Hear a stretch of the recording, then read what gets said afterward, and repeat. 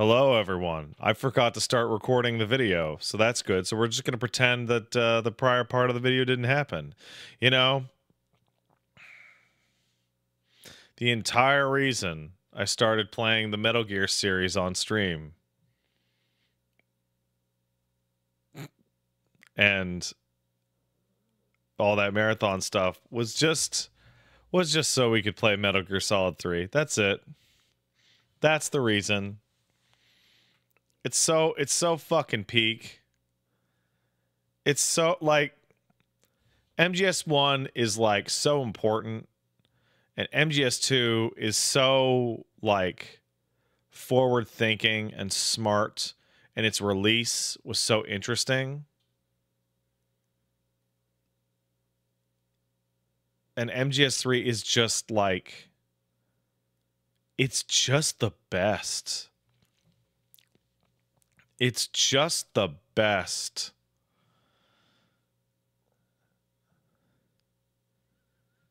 It's just, oh. My enrichment toys are out? Oh, yes.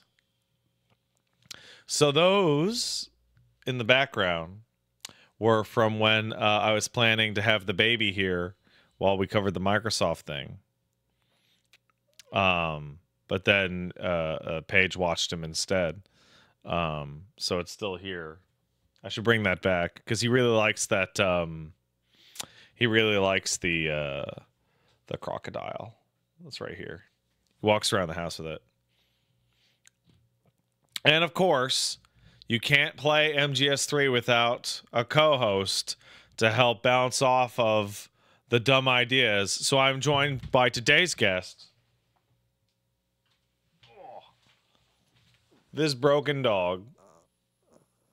Yeah.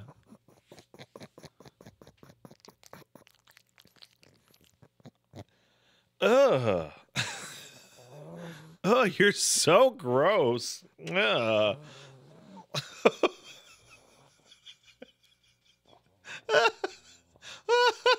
He's so nasty. Oh my God. Why are you like that?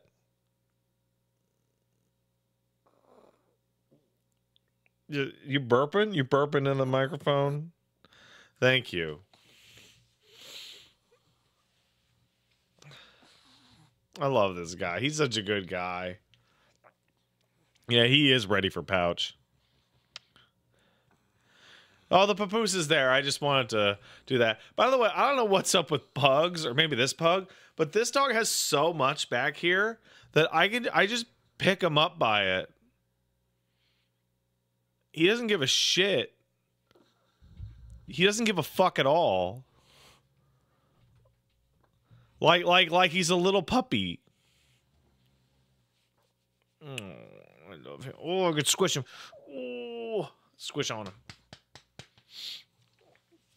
Okay, bud, I'm gonna keep talking about the intro. Do you wanna hang out, or do you wanna go in your bag? Do you wanna go in your bag? Yeah.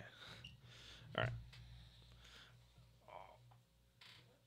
We'll get his bag. Do you want to go in the bag? Do you want to go in the bag? You want to go in the bag? Come on. Come on, you can go in the bag. So he's wagging his tail, but he doesn't want to move himself.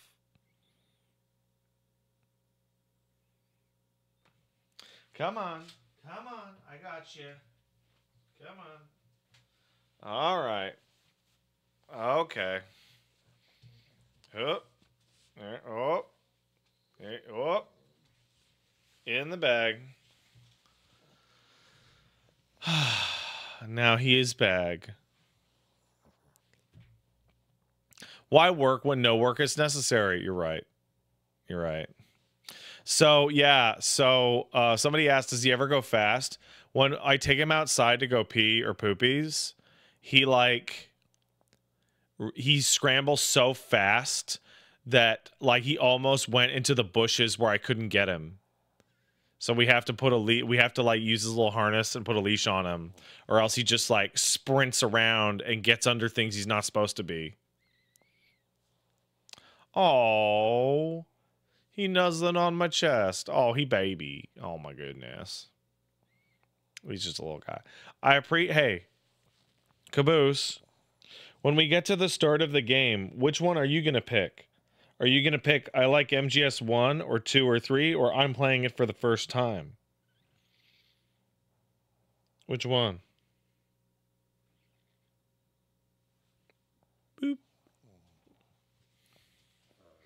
Here we go. Woo! Down he goes. Woo! And there he goes.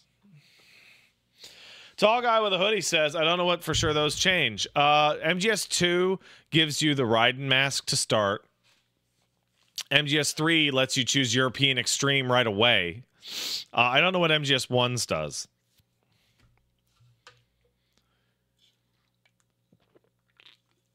MGS1 reduces stamina loss? I didn't know that. And 3 unlocks Secret Theater. Oh, man. Well, 3 is the one then. 3 is the one for sure. That's so. Oh, MGS3 starts you off with a beard, and MGS1 clean shaven. Wow, that's great. That's so good. Oh, what an incredible game. So here's the thing. So I did a lot of the codec conversations in MGS 1 and 2, and I tried to show off like, oh, the parachute scene in MGS 1 and, you know, stuff like that in MGS 2. There is this fucking game has the most hidden content of anything I have ever played in my fucking life. There's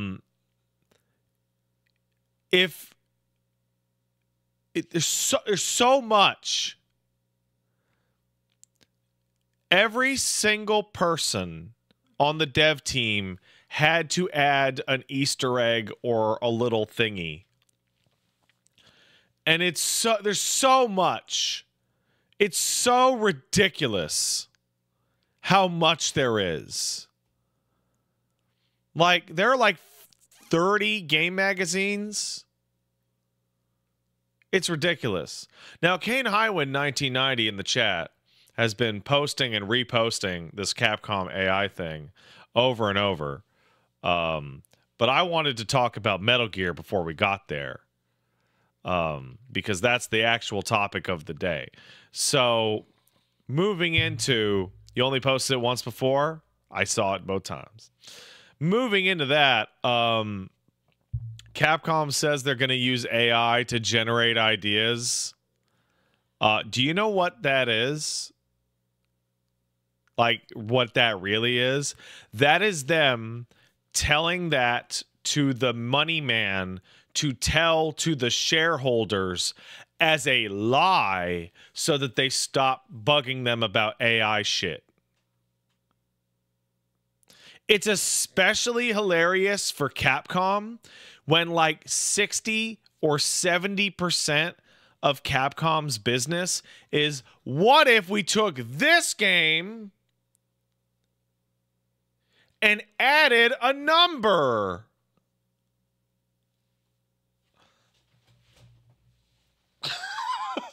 Like, what if instead of Resident Evil 8, it was Resident Evil 9? Oh my God. Like, come on.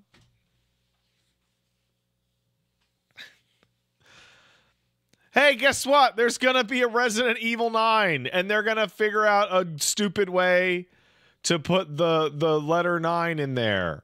The letter 9, the number 9 in there. And it's going to read like shit. It's probably going to read like Fthrir.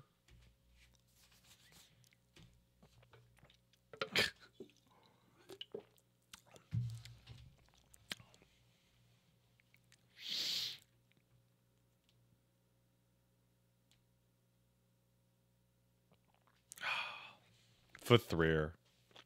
All right. But yeah, no, that's nonsense. It's extra stupid. There's a great video, if you like fighting games, by a gentleman called Sajam. I guess I'm a Sajam fan now. And Sajam has a great video titled "I Don't Need a Robot to Tell Me the Wrong Things About Fighting Games." And he basically describes, he puts the AI situation really well, and he uses uses an example that I really should have thought of before that, which is, you know, that friend that you have or had that is an expert on everything, but whenever you ask them a specific question about how anything works, all of a sudden they get really vague and non-specific, but they say it with a lot of confidence. That's every single large language model, is that friend. Like, don't listen to that person.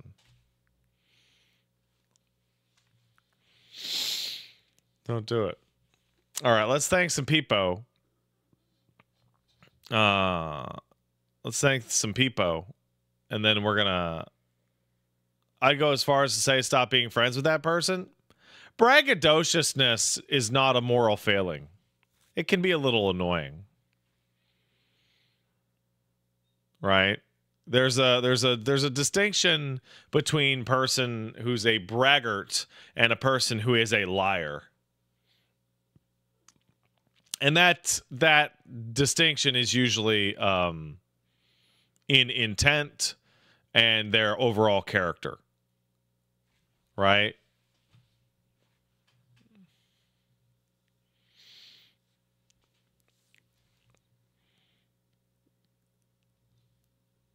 It's tough. But also, dumb people aren't bad. You can be dumb. Some of the people I care the most about in this world are dumb. Oh. Look at this thing. Look at it. This dog's dumb as shit. He barks at his reflection every day. A border collie, he is not. Okay? I love you, though. Woo! Back in the bag he goes. Ugh.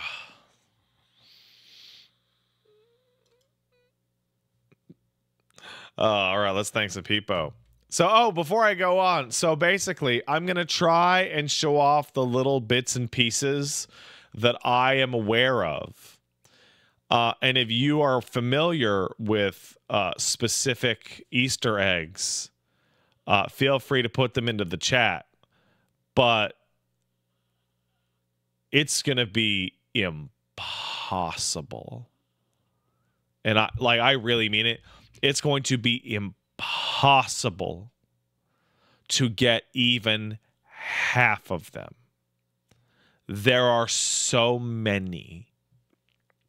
Yes, we're running at 60 FPS. You should be able to tell, though. No, I am not going to collect the frogs. No, I am not. No, no.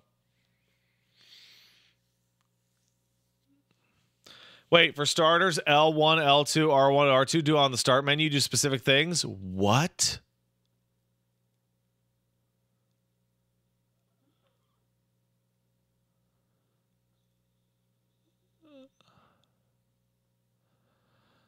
On the start and the opening credits? What do they do? But yeah, the MGS3 thing is going to take a little longer, in particular because it has the best codec conversations. Has the best codec conversations. Especially now that we know what we know. Now, I saw someone who said that they don't, you know, was that a donation? Let's find out. Before I keep going. No, it wasn't. Saw somebody say that they like Peace Walker and Poops and 5 because showing how Big Boss became a villain is just as interesting as why. And no, it's not. It's not. How is never as interesting as why.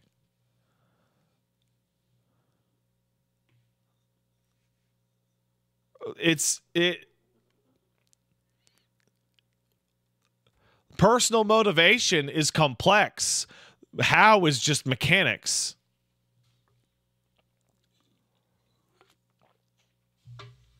You know? Hey, Satterall 64 sub. So to Kickalick and Holy Deviant one. Thank you. Brawler for Hire sub. Thanks, man. Appreciate it. Sporian kicked in a sub. Thanks, Sporian. Wearing black face paint, huh?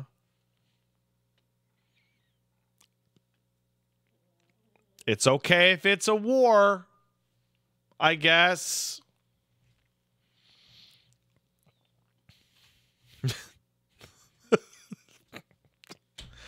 I don't know.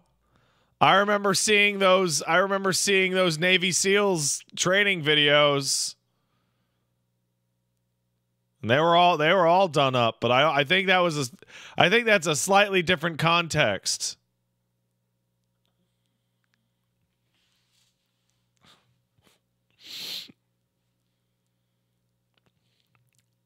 Is it? Yeah, probably. Yeah, probably.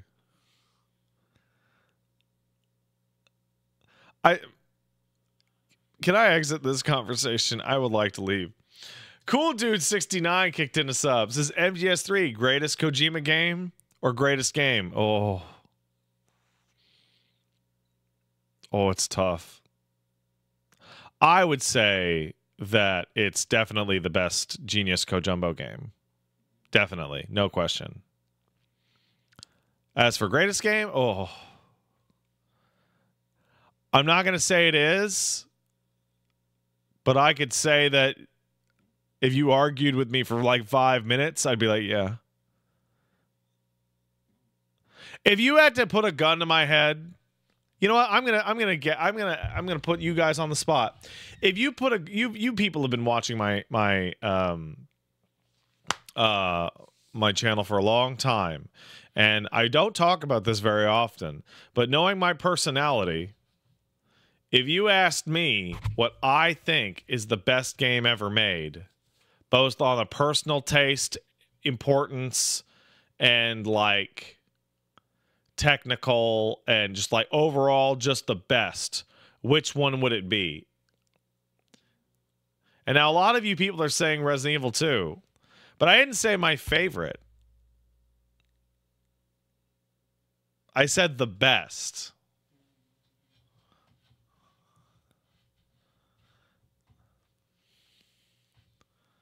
And I'm not seeing anyone say it. And I'm wondering it's because you guys weren't alive when it came out. But if you held like a gun to my head, I would probably say Doom.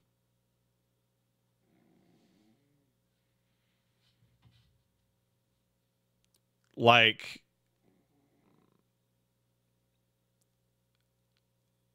Doom is it's so crazy. Doom was so fucking crazy, dude. Not only was it the absolute fucking peak, not only did it make PC gaming a fucking powerhouse, not only did it bring us the blood and gore of the shooting, which is the primary method of interaction with all video games, it also invented shareware. and it invented digital downloads. Like, and it is the best technical game ever. It is so clean and perfect. And that's why you can play it on your pregnancy test. How is it better than Quake and Wolfenstein 3D? Oh, that's easy. Doom was the one that blew up. And it's literally more fun to play than Quake or Wolfenstein 3D.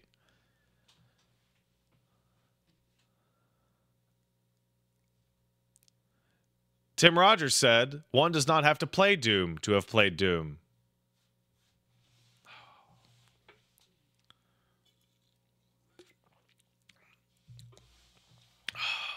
Unbelievable. Just the greatest. Mias for Murder Mitten sub. Thank you. So the Huge Manatee kicked in $9. Thank you, Huge Manatee. I'm shocked Wooly didn't realize the reason Ocelot can channel Liquid's ghost is because he's the Sorrow's kid. Anyway, with that said, what a thrill. Here's the fun part. Wooly knows that because he's the Sorrow's kid, he can channel the ghost. We had that conversation. However, that conversation took place in 2010. Wooly has absolutely forgotten little bits and pieces of the Metal Gear Solid. And that's fine. Now, granted, that's fine. Because replaying games is for pussies. Why would you ever replay a game?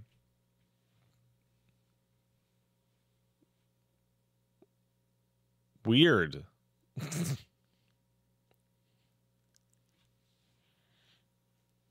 Is that Wooly's craziest take? Like, is that like his like, is that the craziest take? Is that like, why would you replay a game when you can play something new? And then his favorite genre is fighting games?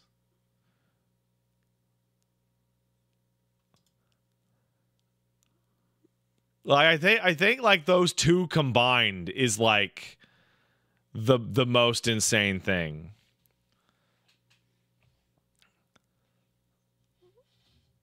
Every match is new. That's right. Yeah, that's right. Yeah. It's true.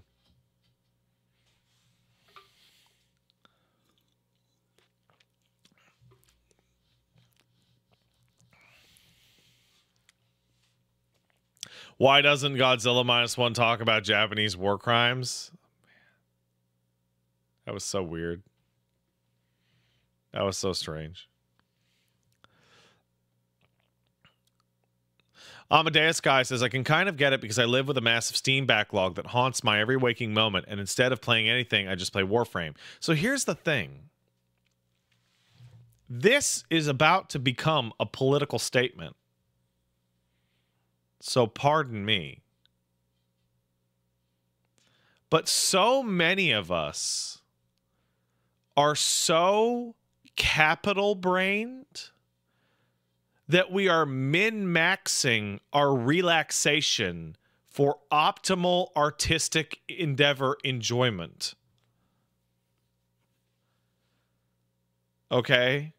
You're like, oh, I would really like to relax. What should I do? What would be the best use of my relaxation? Nah, man, fuck it.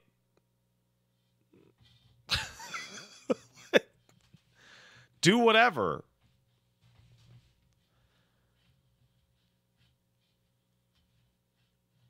Like, productivity should not factor into time that you are spending resting. Right? Come on.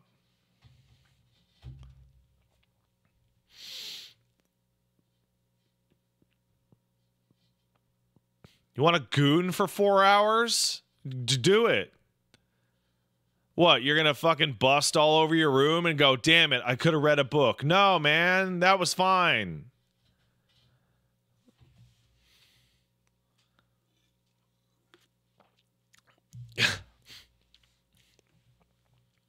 Come on, relax.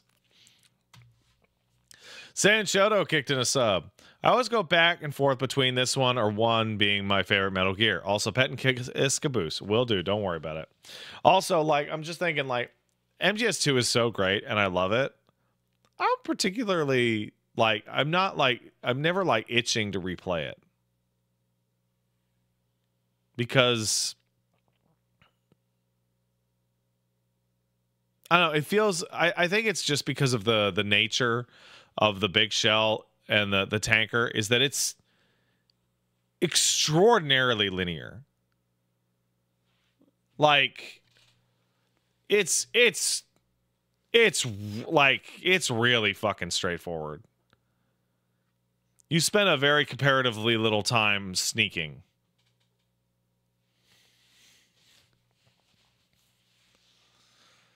Maxio says 3 has better bosses than 2. Fight me. Who's gonna fight you on that?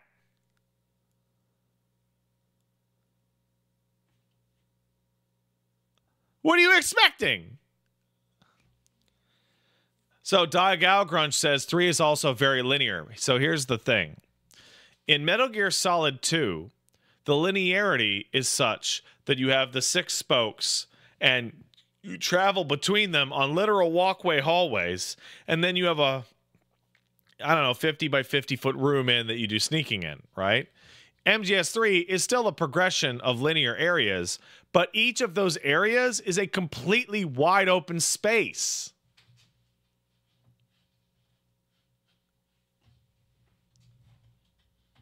Now, granted, that's thematic. The big shell is supposed to make you feel railroaded. Because that's the theme of the game. Is that you have to go along predetermined paths to natural conclusions.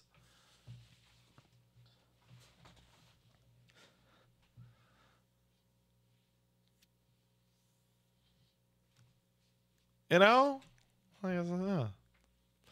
Anyway, Weeful sub. Thanks, Weeful. Bridge Wowda kicked in a sub. Thank you. Biggest Dickus, the 500 bit kicked in 500. Biggest Dickus the 4th kicked in 500 bits. Why do I have so much trouble? Please, sir, I'm super depressed that people can't notice an actual Nazi salute. If you could please be extra funny today while I cry that it's only been 4 days. No, I can't be extra funny. I try and be funny every day. Also, to be blunt, Biggest Dickus, that donation message is not super conducive to being funny.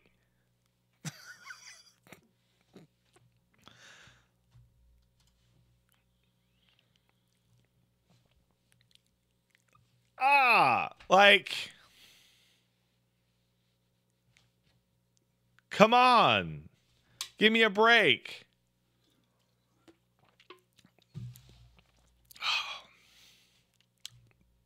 Be funny, clown man.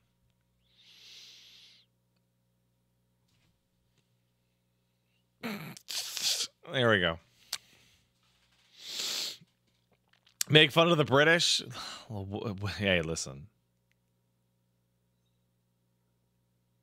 Metal Gear decided that at the end of the day, it was all the British's fault. Go Jumbo knows what's what. Transatlantic Dylon gifted 5 subs. Thank you, Transatlantic Dylon. Oink. Venom Snake XCV says, I'm British. Sad emoji Lamau. That's pretty fucking funny. Tall Guy with a Hoodie kicked in $5. Thanks, Tall Guy. I saw people asking about the Lolly Lule Low in chat during the MGS3 stream, so I'm tipping you to say this. In the Japanese language, syllables starting with L don't exist, so that nickname is essentially saying that the Patriots don't exist. It's also like all the phonetic, all the English phonetic vowels.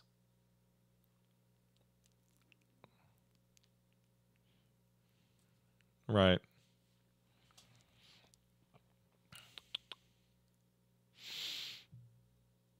Rigmarole HM kicked in a sub. Thank you. Appreciate it. It says, yeah, more Metal Gear. Yeah. Space Bowie sub. That thing is dumb, but I too love him. Thank you. Axel Logic also subscribed. Thank you. And James Ooh subbed to say there's a ghost in this game. That's true. That is true. Oh. Uh-oh. Oh, no. Oh, there we go. Oh, my God. You're smushing. Oh. Buddy, are you going to help me play Metal Gear?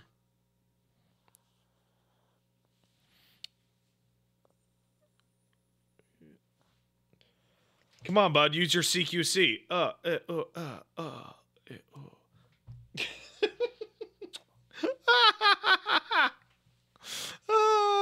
fuck.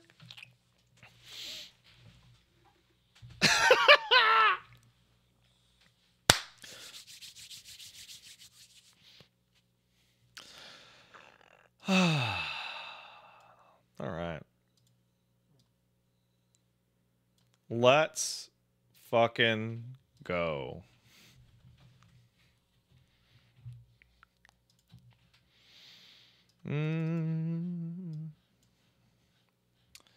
By the way, this game's insanely loud. Like insanely loud. Like it's insane. Like I'm gonna have it at 30%, and it might still be too loud.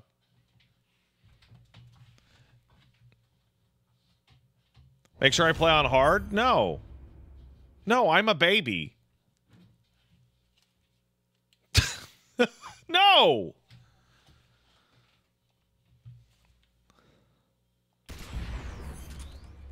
I'm just a little baby. By the way, that's not the one that's loud. Oh, thanks for the raid, Mako Tensei VT.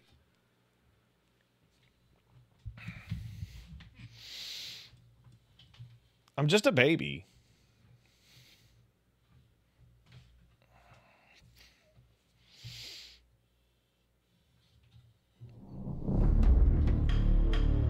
All right, let's hit buttons.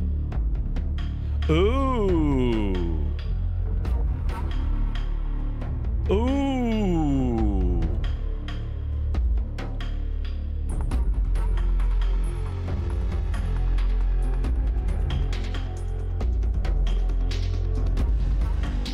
Ooh.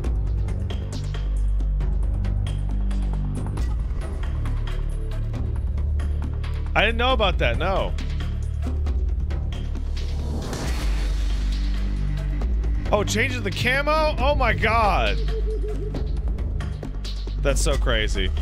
Hey, if I leave it for long enough, do I get the fancy intro?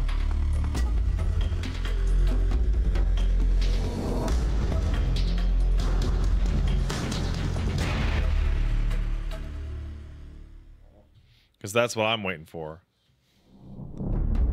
Oh, it's not looping. You only get the intro after the Virtuous mission. Of course. Are you the actual dickus? No, you're just emotional. Let's do it. Now, listen. I don't know what your patience level is, guys. MGS3's beginning is pretty fucking cutscene heavy. There's some chatting around. Okay? So, let's get fucking ready. Now, I like MGS3. We're going to play on normal because it's been decades.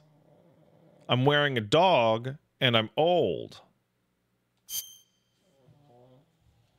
After the end of World War II, the world was split into two, East and West. This marked the beginning of the era called the Cold War.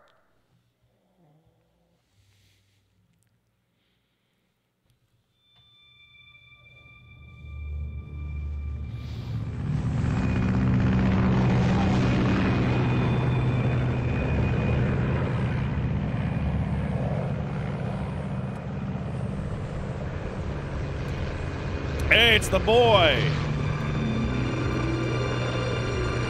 Lori Allen!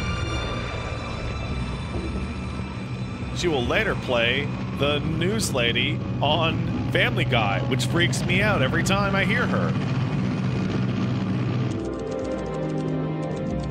Flying over Pakistan, altitude 30,000 feet. Approaching Soviet airspace.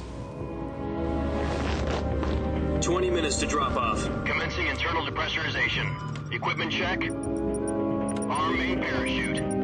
All right. You ready to go? Drop zone still showing a high pressure mass. Cav okay. Good. We've got high visibility.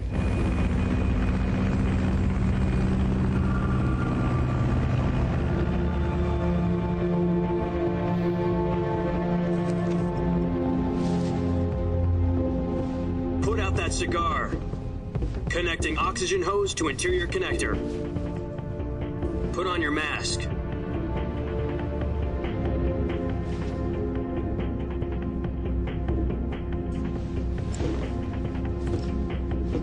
Does this panty waste know what he's doing?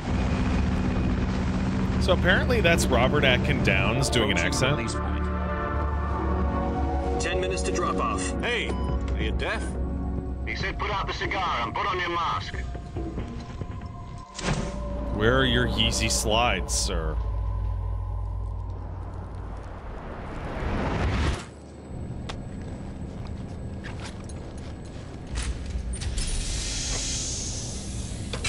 Depressurization complete.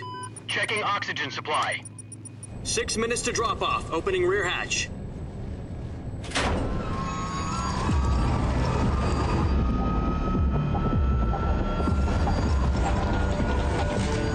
Sunrise.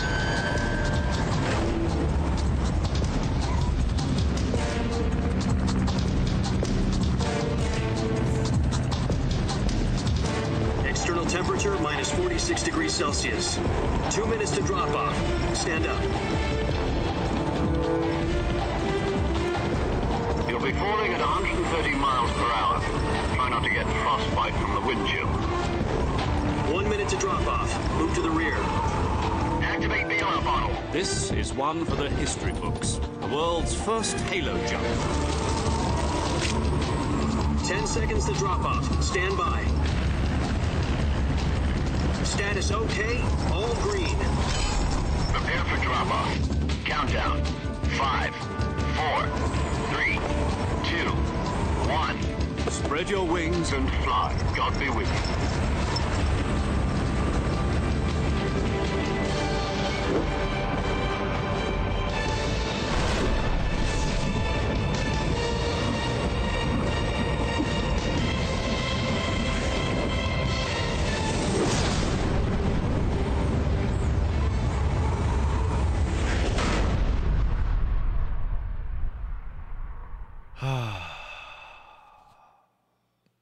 Jack, I've got some important news.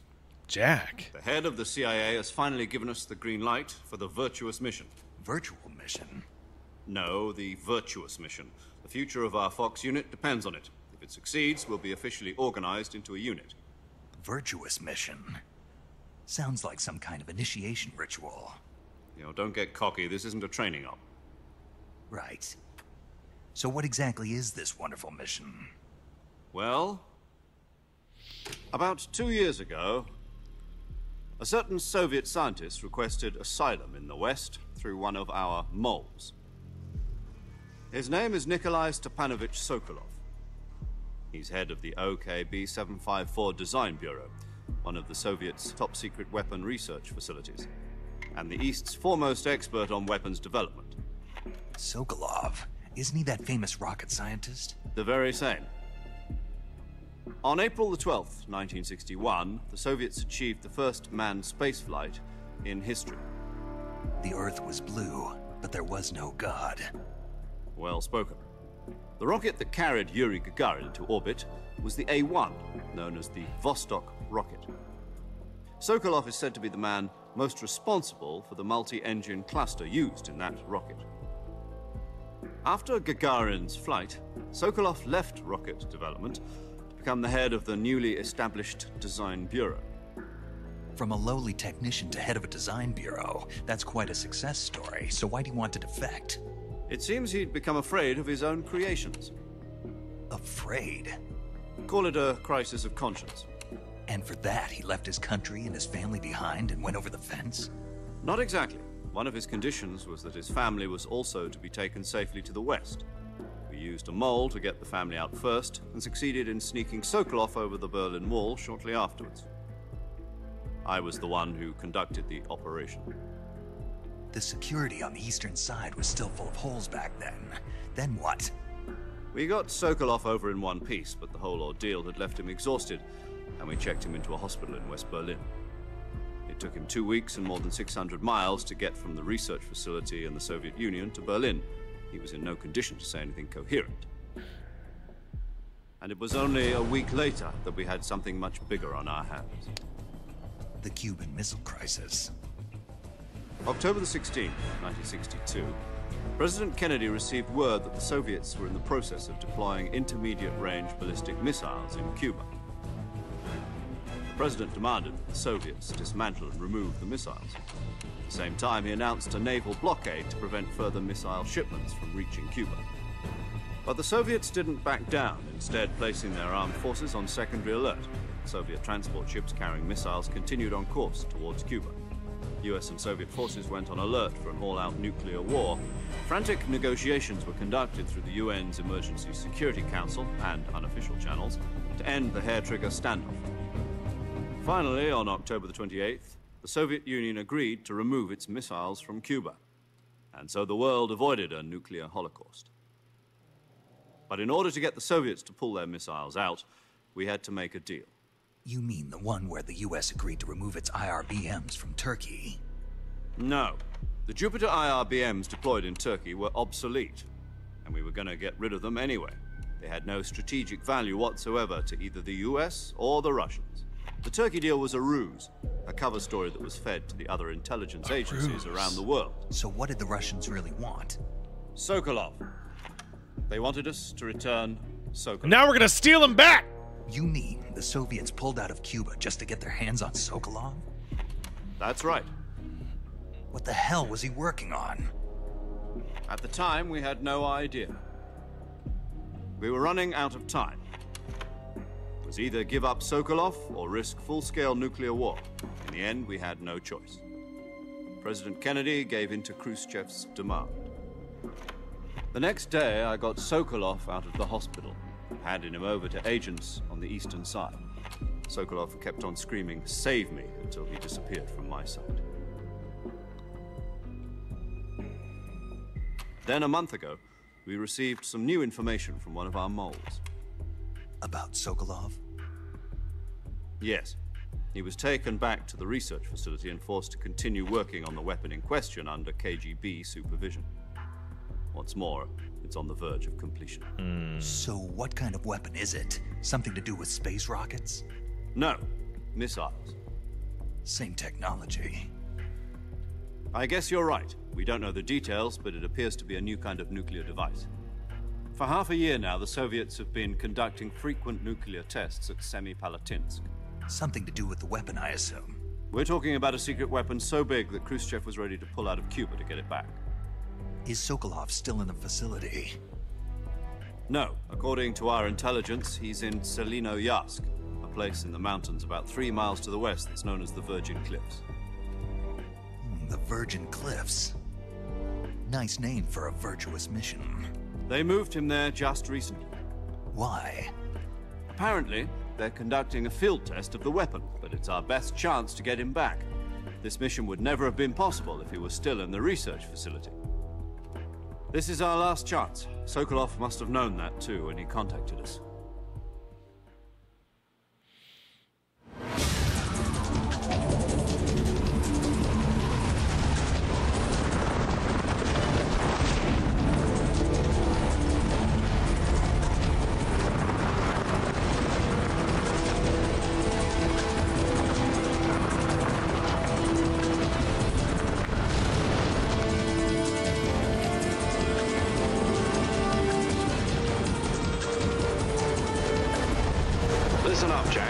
mission is to infiltrate Selino-Yask in the Soviet mountains, ensure the safety of Sokolov, and bring him back to the West.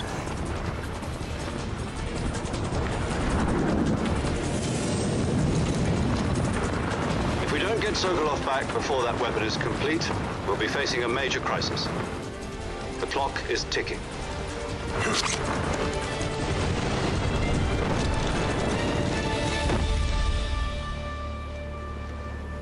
Once we've confirmed the rescue of Sokolov, stand by at the recovery point. A recovery balloon will be dropped at that point. Helium will be pumped into the balloon to inflate it. The process takes about 20 minutes. Once it's complete, the gunship's arm will latch onto the balloon and pull it up. The Fulton surface-to-air recovery system. I'm familiar with the theory. Take it easy. It's been combat-proven. Do you think Sokolov is up to it? The shock will be less than during a parachute jump, and the arm can handle up to 500 pounds. So you're planning on going over the border in a single combat Talon? She's equipped with two 6-barrel 20mm Vulcan cannons, as well as two 40mm machine guns. Sounds like she could hold her own against a battalion of tanks.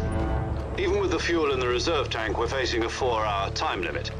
If all goes well, it shouldn't take more than a few hours. Home in time for dinner. But if anything goes wrong, you'll be eating dinner, breakfast, and all the rest of your meals in the jungle.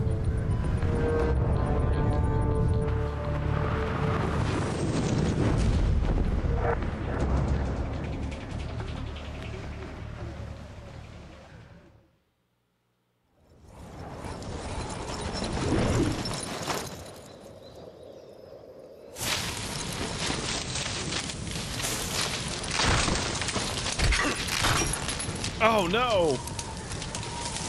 My backpack!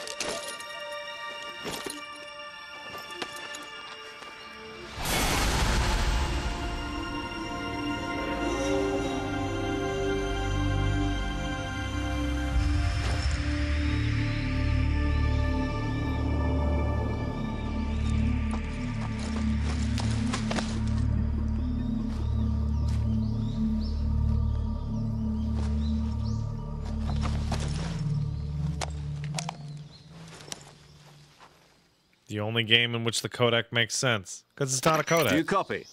You're already in enemy territory, and somebody might be listening in.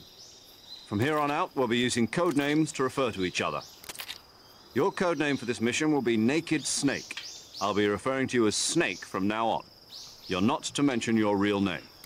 Snake? What, you don't like snakes? What do you mean? You've eaten one before, haven't you? In survival training. I'm glad to hear that. I don't know if I'd ever order one in a restaurant, but... Be careful, you might not have a choice. What about you, Major? What should I call you? Let's see. I'll be Tom. Call me Major Tom. This will be a sneaking mission. You must not be seen by the enemy. You must leave no trace of your presence. Is that clear? This kind of infiltration is the Fox unit's speciality. In other words, weapons and equipment are procured on site. That goes for food as well. You're completely naked, just as your name implies. Great. Now I see why you asked me if I like snakes. I suppose calling me Snake was your idea of a joke, too. No. There's a good reason for that. I'll tell you later when the time is right. Gotcha. Getting back to the subject, how exactly am I supposed to feed myself? You've been issued a knife and a tranquilizer gun. Use them to hunt for food. You'll also find some medical supplies in your backpack. Yeah, about the backpack. I lost it in a tree on the way down. I see. Well, you'd better go back and get it then. You know where it is? No problem. I can see it from here. It's stuck on a branch. To climb a tree, Stand in front of a tree that's covered in ivy and press the action button. I'll be monitoring your progress over the radio. We can't risk violating Soviet airspace, but I'll be in the gunship. My frequency is 140.85. I'll give you a call if I need to talk to you. If you need to talk to me, use the send function. Okay, Snake, go get your backpack. I'm gonna go get my backpack.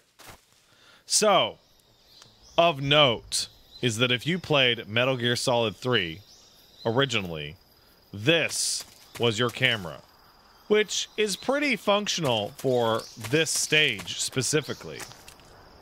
However, it's also cursed. Luckily, we have this, which is the absolute fucking best ever.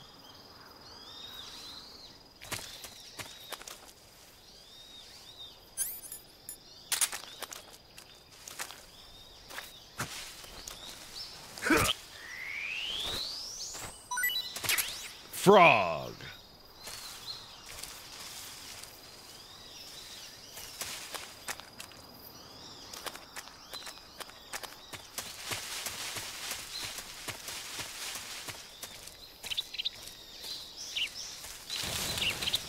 Birds.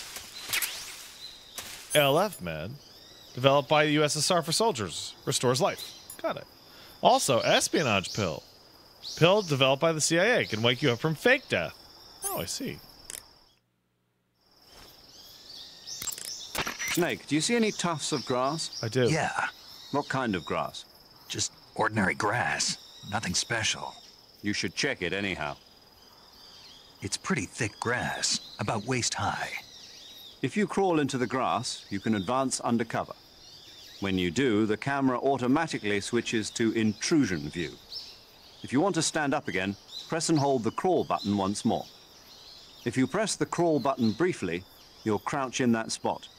This allows you to observe things without blowing your cover. Got it? Yeah, but But what? was that the only reason? What do you mean? You had me check it just so you could tell me that? That's right. Pretty useful, huh? Right. Shall we carry on? By all means. What else you got Even for when me, hidden buddy? in grass, if you make a noise, your enemies will locate you. When enemies are nearby, move with slight movements of the left stick. That way, you can proceed with minimal disturbance. Snake, first you need to find that backpack you lost on the way down. Snake, you said your backpack got caught on a tree branch, right? I did, yes. Yeah. Was there ivy growing on the tree? There was, but Perfect. perfect. Indeed. You can climb any ivy-covered tree by standing in front of the ivy and pressing the action button. Climb the tree. We're going to talk and to a lot retrieve more your codecs backpack. on this game, by the way. You can climb. By the way, you can skip codecs like fucking crazy fast in this game. It's crazy. Food. I've got a tree frog. And a map. A real map. How do you spin? I don't know how to spin in the map. Ah, here we are.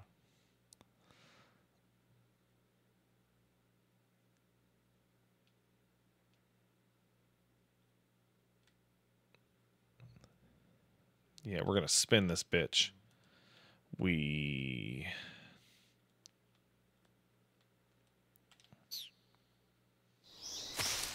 Huh.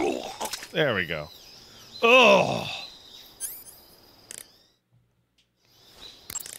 You can climb any. Frog. Oh, I could throw the frog. But I don't want to do that. Let's eat the frog. Disgusting. Darn!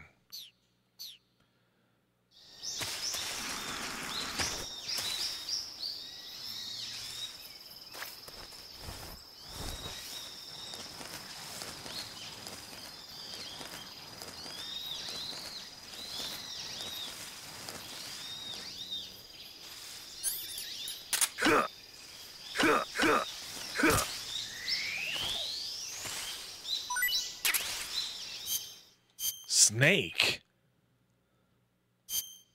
Let's do it. Tasty. Yes. Jack is probably teeming with parasites. I love, like, being able to look for, like, areas that you can just, like, see if there's shit to eat.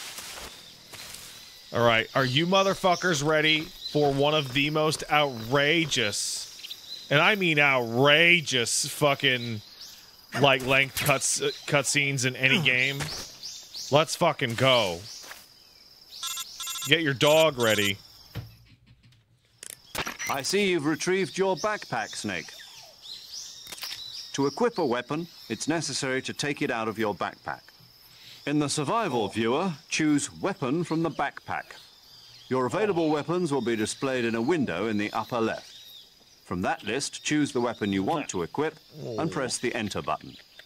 For other equipped items, just do the same thing from Item. Got it. Use the survival viewer backpack. Yep, that's right. Survival is fundamental to this mission. After you've been out in the field for a while, your stamina will start to drop. If your stamina gets too low, it'll affect your performance. You won't be able to shoot accurately, for example, and your wounds won't heal as smoothly. Keep an eye on your stamina so you don't run out. To recover lost stamina, you can hunt for local flora and fauna. You can use either your tranquilizer gun or your knife to hunt. My only weapon is a Mark 22 Hush Puppy tranquilizer gun? That's right. It's been fitted with its own suppressor. However, the suppressor will deteriorate every time you fire. Once its durability reaches 0, the noise suppression effect will be gone. So don't get too trigger-happy with it. The suppressor's durability is shown in the icon. Any weapons and equipment beyond what you're carrying now, you'll have to find as you go. I have to find my own weapons and equipment? Whose crazy idea was this anyway? Solo covert actions are standard Fox operating procedure. You can't leave any traces of your presence. No weapons, equipment, footprints, sweat, or bodily waste. The same goes for bullets and cartridges, too. Your presence in enemy territory is already a violation of international conventions of warfare. There aren't supposed to be any American soldiers in Russia. It could spark an international incident. You can't let anyone see you. You can't let the enemy know you're there. This is a stealth mission. You're a ghost, Snake, in every sense of the word. And there'll be no rescue if you're captured. The military and US government will deny any involvement in the affair. Then I'll just have to take care of myself, huh? I'm afraid so. You've been given a fake death pill for that purpose. SIS guidelines stipulate that soldiers on covert ops like this one be issued a potassium cyanide capsule. Tape it to your body so you can take it when you need to. How generous of you. Use it if you're taken prisoner by the enemy. It'll send you into a state of false death for a short time. Fooling them into thinking that I'm really dead. So how do I come back to life? Just take the revival pill. You mean that thing they put in my tooth before the mission? That's the one. But be careful. If you remain in a state of false death for too long, nothing will be able to bring you back. Remember that. I'll keep it in mind. You said this was a solo mission, right? Right. I guess that means I can't count on any reinforcements. Correct. The mission rests entirely in your hands. A real one-man army. Relax. There's a support team ready to back you up over the radio. Oh, radio. Thank you. I'll introduce them to you. This time, survival is of utmost importance. The first member of the support team will be in charge of monitoring your physical condition, acting as a medic, so to speak, as well as recording your mission data. She's a member of Fox as well, and she's here on the gunship with me. And she's hot and she's evil. Hello, Snake. I'm paramedic. Nice to meet you. Paramedic. As in a medic who comes in by parachute. Aren't you going to tell me your real name? Are you going to tell me yours, Mr. Snake? My name, huh? It's John Doe. And they call you Jack for short. You're a regular Captain Nemo. A name means nothing on the battlefield. After a week, no one has a name. Nice to meet What's your you, name? Dr. Clark. Jane Doe. Very funny. I wasn't joking, but I'll tell you my name only if you manage to make it back alive. My frequency is 145.73. She's also in charge of recording your mission data. Whenever you want to save, send a message over the reserved save frequency, 140.96. So saving lets me record my mission data. That's right. It also records the state of your health. Good to know. There's one more person I want to introduce you to, Snake. Huh? Speaking of snakes, you remember the boss, don't you?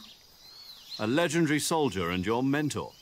Actually, it was the boss that got the DCI's authorization in the first place. She's going to be serving as Fox's mission advisor. The boss is? She also helped me plan this mission. She and I were at SAS together. Jack, is that you? How many years has it been? Boss? That's right. It's me. Talk to me. Let me hear your voice. It's been 5 years, 72 days, and 18 hours. You've lost weight. You can tell just by the sound of my voice. Of course I can. I know all about you. Really? Well, I don't know anything about you. What's that supposed to mean? Why'd you disappear on me all of a sudden? I was on a top-secret mission. You didn't need me anymore. But there were still so many things I wanted you to teach me. No, I taught you everything you needed to know about fighting techniques. I taught you all I could. The rest you needed to learn on your own. Techniques, sure. But what about how to think like a soldier? How to think like a soldier? I can't teach you that. A soldier needs to be strong in spirit, body, and technique. And the only thing you can learn from someone else is technique. In fact, technique doesn't even matter. What's most important is spirit. Spirit and body are like two sides of a single coin. They're the same thing. What? I can't teach you how to think. You'll just have to figure it out for yourself. Listen to me, Jack. She should have tried Just harder. because soldiers are on the same side right now doesn't mean they always will be. Having personal feelings about your comrades is one of the worst sins you can commit. Politics determine who you face on the battlefield. And politics are a living thing. They change along with the times. Yesterday's good might be tomorrow's evil. Is that why you abandoned me? No, it had nothing to do with you. I already told you, Jack. I was on a top-secret mission. A soldier has to follow whatever orders he's given. It's not his place to question why. But you're looking for a reason to fight. You are a natural-born fighter, but you're not quite a soldier. A soldier is a political tool, nothing more. That's doubly true if he's a career soldier. Right and wrong have no place in his mission. He has no enemies and no friends. Only the mission. You follow the orders you're given. That's what being a soldier is. I do whatever I have to get the job done. I don't think about politics. That's not the same thing. Sooner or later, your conscience is going to bother you.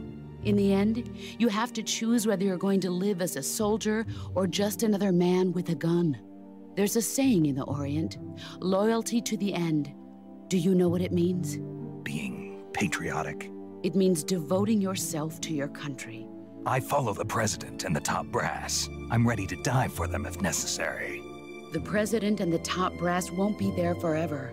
Once their terms are up, others will take their place. I follow the will of the leader, no matter who's in charge. People aren't the ones who dictate the missions. Then who does? The times. People's values change over time, and so do the leaders of a country. So there's no such thing as an enemy in absolute terms. The enemies we fight are only enemies in relative terms, constantly changing with the times. As long as we have loyalty to the end, there's no point in believing in anything, even in those we love. And that's the way a soldier's supposed to think? The only thing we can believe in with absolute certainty is the mission, Jack. All right, but do me a favor. What is it? Call me Snake. Snake. Oh, right. Your code name is Snake. It suits you well. That's right. The legendary unit that the boss put together during World War II was a snake.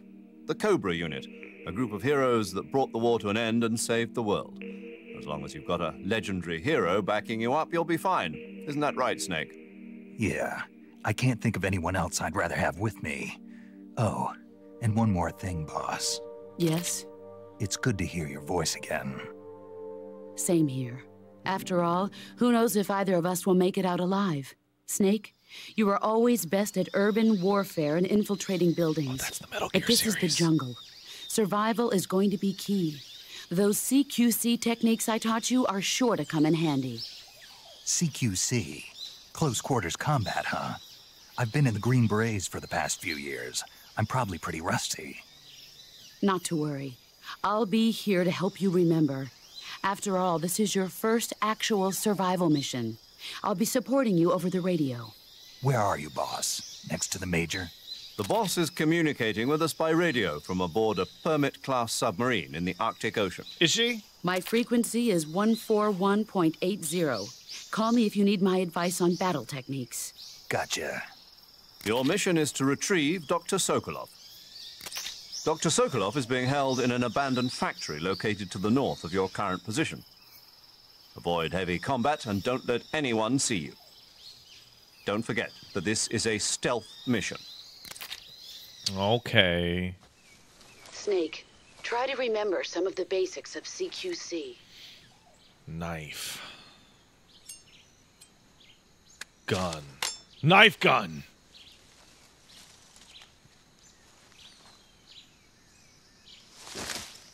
Commencing virtuous mission now. All right. So, let's go over the controls, shall we? There are many controls here.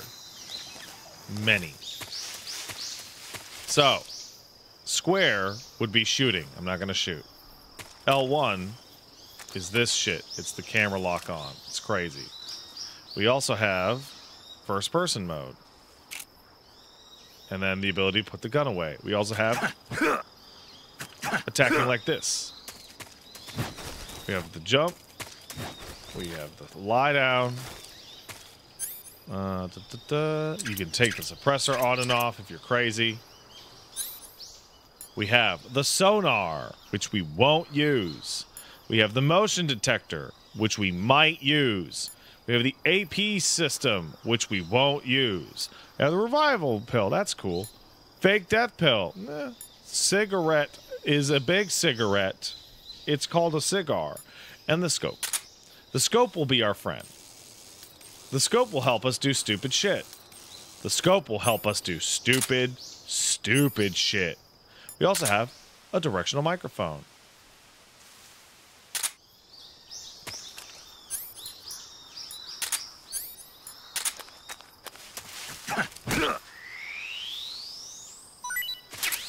Frog. All right. Let's save the game, and then Pat's gonna pee. Saving the game, Snake? Yes. Yes, I am. We're gonna save in literally every single area. Hey, Snake, you ever heard of Godzilla, King of Monsters? Yes, I have! No, what is it? It's a movie. You haven't seen it? Nope. It's about this monster called Godzilla, who grows to an enormous size in a nuclear test and goes on a rampage in Tokyo. Nuclear test, huh? Then the Marshall Islands must be crawling with giant monsters right about now. It's just make-believe. Maybe that's why my pants have been so tight lately. Snake, it's a movie, not a report out of Los Alamos. I know. So then what happened? Godzilla is immune to all weapons, and humanity has no way to stop the monster. Dr. Shirazawa develops a new type of weapon, but meanwhile, Godzilla is getting closer and closer to Tokyo, obliterating everything in its path. It was originally a Japanese movie, but they made an American version, too. I recommend seeing the original Japanese one if you ever get the chance. It's mostly mindless fun, but it's also got a serious anti-nuke message as well. Where can I see the original? You'll just have to go to Japan. Really? That's too bad. Well, if you wait 40 years, you might be able to see it in America, too. Why's that? 2004 will be Godzilla's 50th birthday. You think they're still going to be making Godzilla movies then? Of course! Everybody loves Godzilla. You sure know a lot about movies. I don't suppose you're the movie-watching type, are you? Not really. Okay, then I'll tell you everything I know. When the going gets tough, movies can save your life. It's always good to be able to look at things from a different perspective when you get in a jam. That's the magic of movies. No kidding. Well, I guess it might at least make a nice distraction. That's the spirit, Snake. Have a little fun. So in Metal Gear Solid 2, we had Rose, and Rose is based on Kojima's wife, and we all know how that went. And then Kojima said, you know what? I'm going to base the new lady off of me. And everyone was like, I love you, Kojima. I want to kiss you.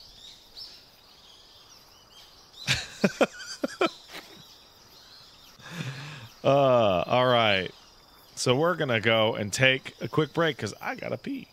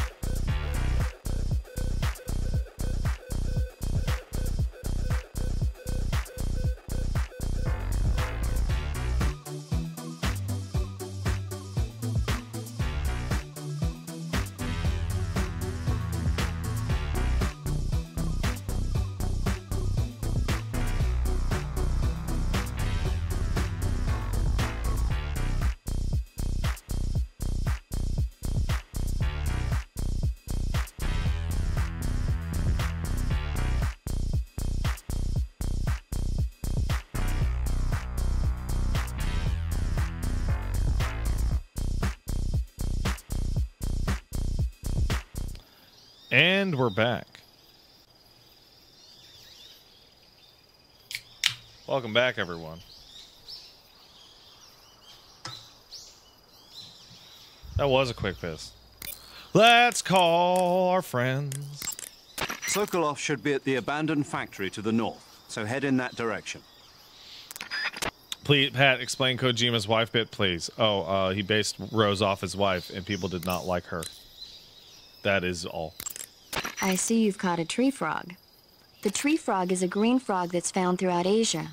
It's arboreal, spending most of its time in shrubs and bushes. Use the tranquilizer gun to catch one alive. I bet you could scare an enemy good if you toss one at him. But the tree frogs that live in that jungle are a lot bigger than ordinary tree frogs. They've got an appetite, huh? You've got a one-track mind, don't you? But seriously, that is one theory. However, there are people who think it's a mutation caused by nuclear testing and waste from the research facility. Oh, no. Yeah, I ate one, but it didn't taste that great. Is that all you ever think about? What else is there? Lots. Like what? Like why a frog would get so big in the first place. Whether it's a temporary phenomenon created by a unique environment, or a permanent mark of evolution, or a product of the toxic waste coming out of the research facility. If it is the waste that's causing it, then it means humans are interfering with the ecosystem. It really makes you think about the changing relationship between... This isn't interesting. Oh, fine. Be that way. I don't care about that shit. Camouflage is an indispensable tool when you're sneaking through the jungle.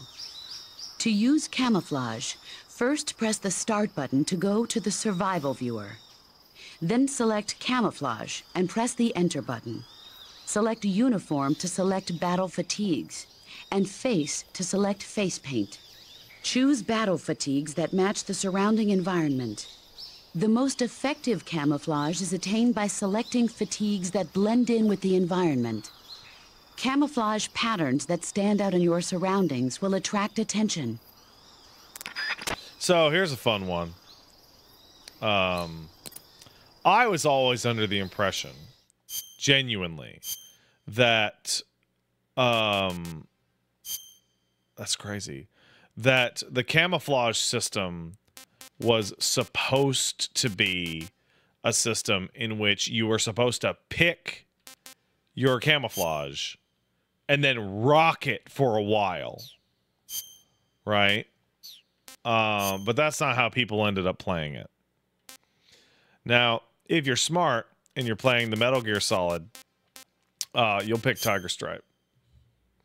Because Tiger Stripe is the overall best camouflage for literally every single area in the entire game. And that's why it's at the top of the list. Leaf is good in certain places. Squares is only good for the single factory. Black is... I mean, it's black. It's okay. DPM and Flectarn's okay. But yeah, no, Tiger Stripe. Tiger Stripe's the shit.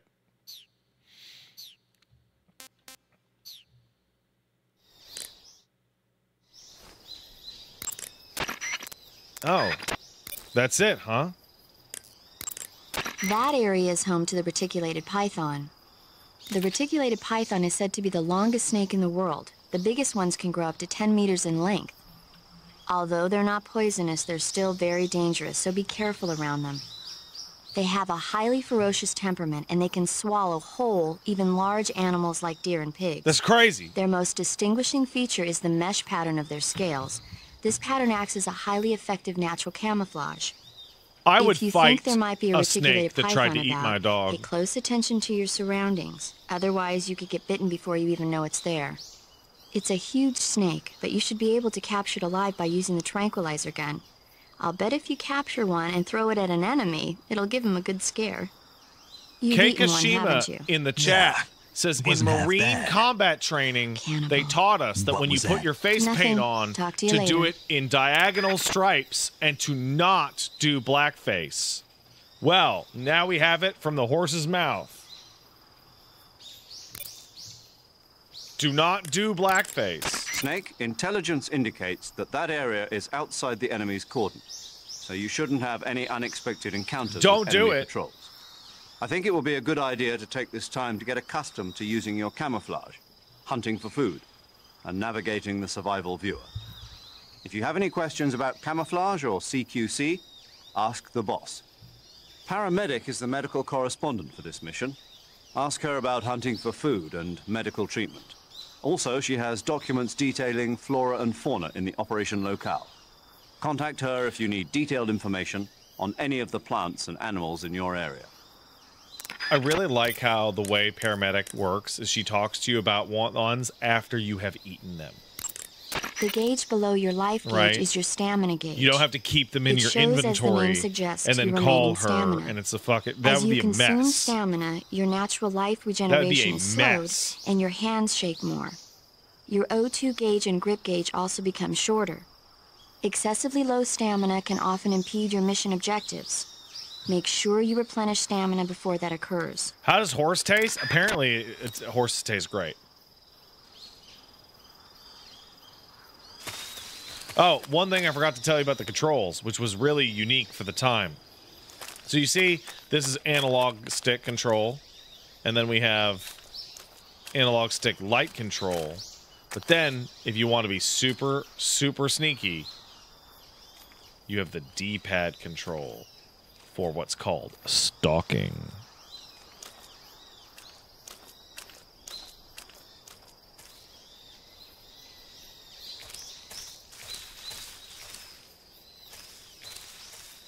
So tiger stripe in grass is 85%, and that's enough for a fucking guy to like step on you and ignore you.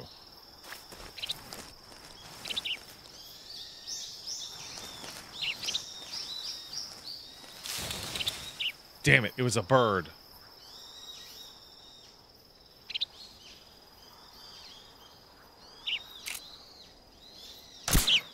Got it. Birdie. Birdie. I see you've captured a magpie. Magpies are members of the crow family. They're distinguishable by their beautiful dark blue and white bodies and their long tails.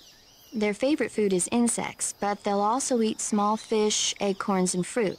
They're omnivores, which means... They'll eat anything. Right, just like you, huh? Okay. So how do they taste? You always ask me that. Naturally. So, I've never heard of anybody actually eating a magpie, But I suppose there's no reason you couldn't. You You could. don't say. Oh, I fucking love that. Oh.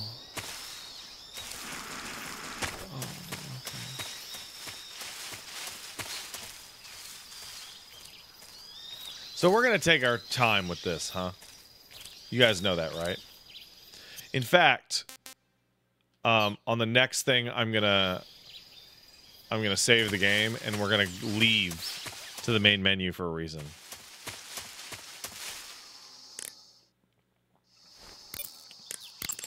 do you want to save? I do.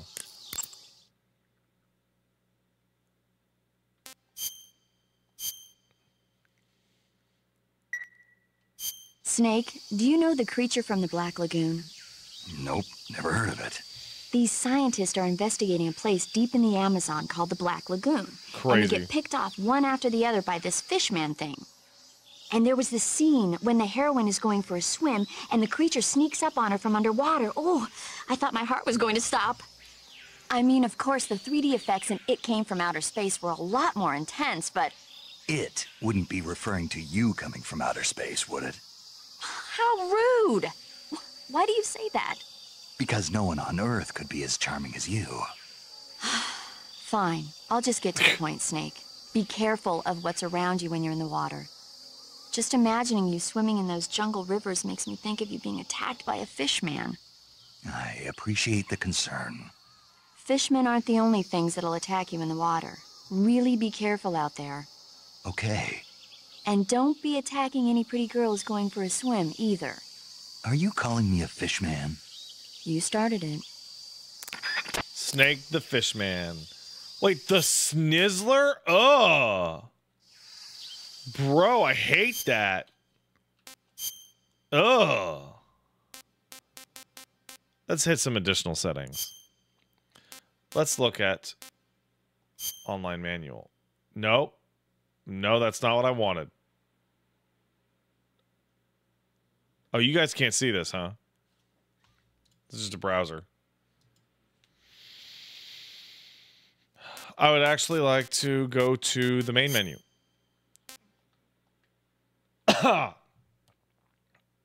Wait, which main menu did it send me to? Oh, it sent me to the wrong main menu. Oops.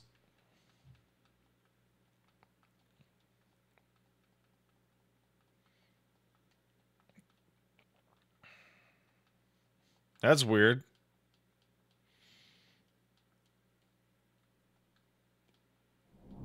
All right, hold on. There is something I want to do. Oh, look. There's briefing files now. Oh, spoilers. Don't look at it.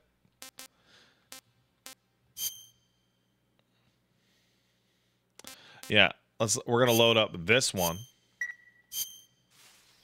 And we're going to do something very important.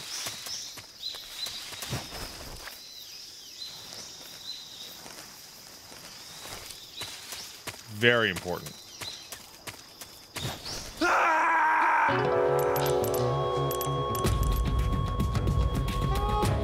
Snake, are you okay? Snake! Snake! Oh my god, Snake is dead! Wait. Huh? What's happening? What is that?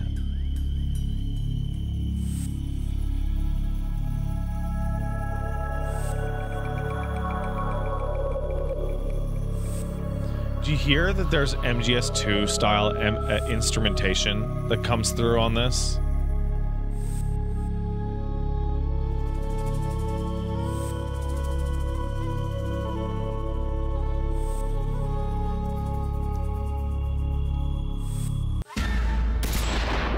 Oh my god!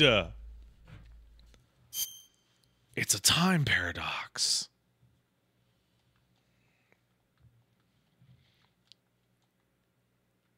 Because that's not what happened.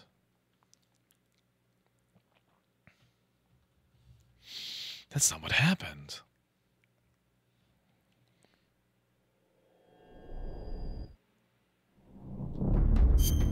So, what we're doing here is we're going to special. And we're going to basic actions. And I would like to learn about CQC. As you can see, CQC has an extremely complex sequence of controls. Let's learn how to throw. Most people have never seen this menu. Hold circle while near an enemy, and you'll throw them. The enemy will be knocked unconscious. What about chokehold? Hold down circle with a CQC wet, and you put an enemy in a chokehold. From the chokehold, several further options are available. What about threaten? Hold down L1, and you'll threaten them with a knife. How do you slit throat? Press triangle, and you'll slit throat. This actually makes it a lot easier because slit throat used to be easy to do accidentally because of pressure sensitive buttons. Human shield. Press square. You can use them as a human shield, bitch. Hold down the L and press circle, and you'll throw that bitch. After you bring your gun up, they'll shit themselves. Lower your position, the less your hands tremble. Crouching's better. Lying down's even better. What about this?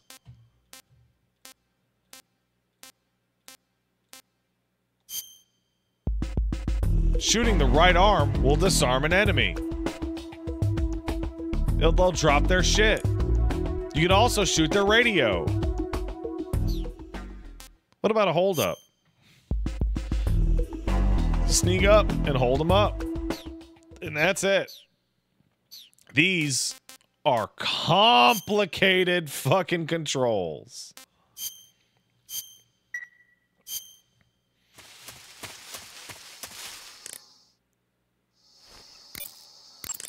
Snake, intelligent. Visibility is poor in the jungle. That's true. So you'll be finding yourself in a lot of unexpected encounters. Naturally, this means that close quarters combat will be more important than ever.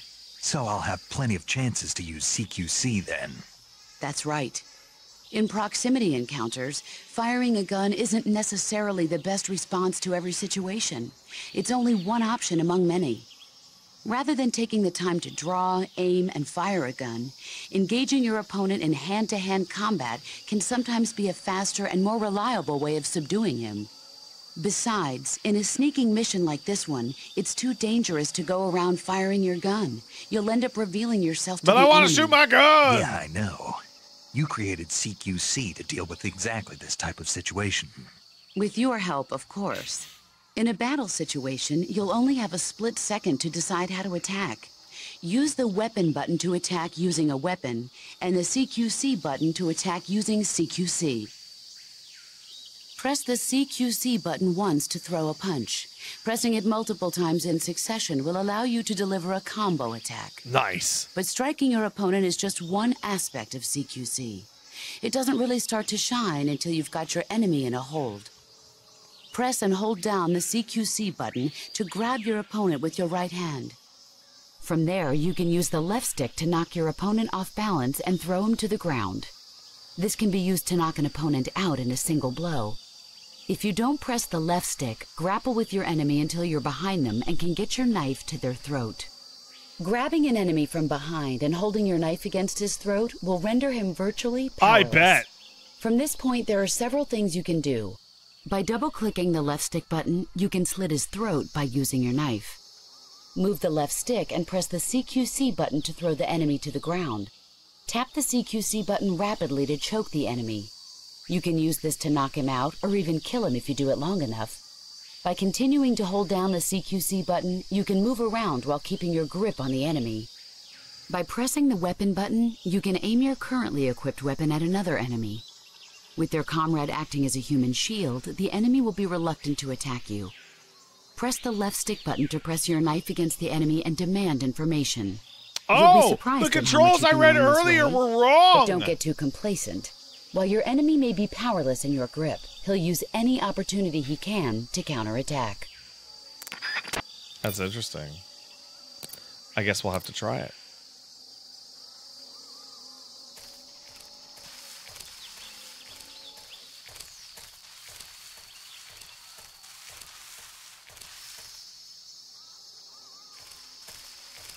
Oh, man. This is so fucking peak vibes, dude. I remember when seeing this fucking shit was like just the most ridiculous fucking like.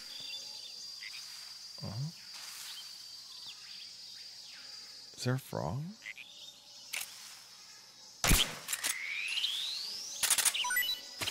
Nice.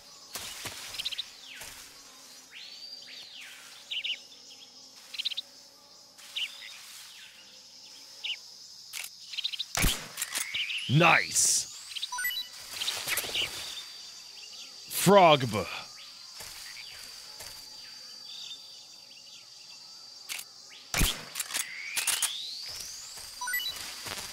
Cage full. Only one thing to do. Oh, no. Sick. Damn. Let's look at the frog.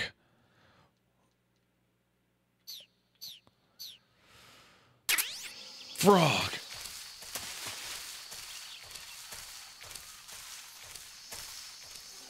No, I'm not going to try and shoot the Kara frog, man.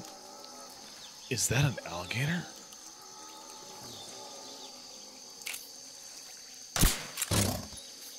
It's asleep.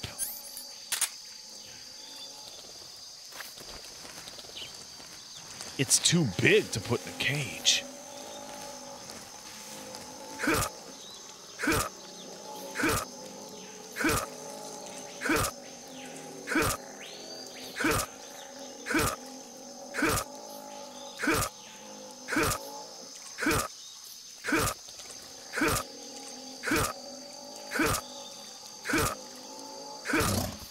Crap!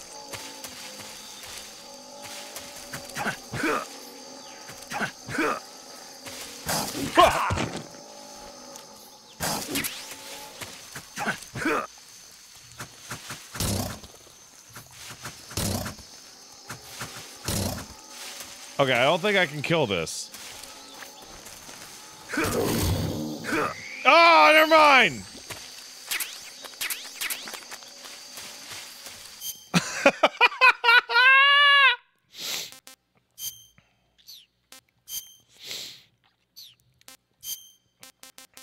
Let's eat it. Not too bad. Nice.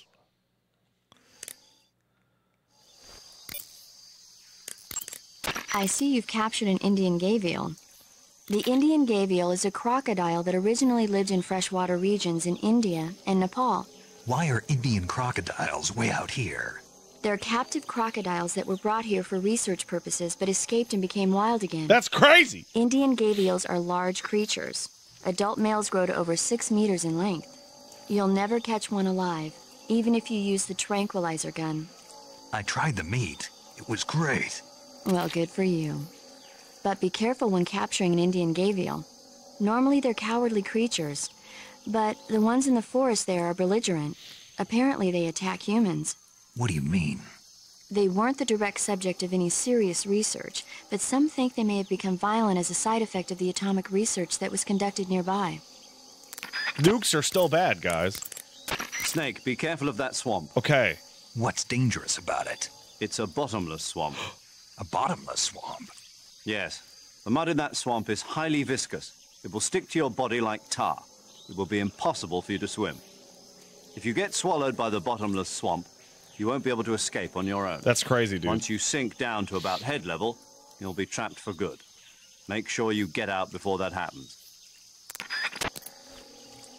I think the codec calls in this game are just like absolutely like way better overall. Like I genuinely mean that. Where's the bug juice at? Oh, I gotta take it out. Where's the bug juice?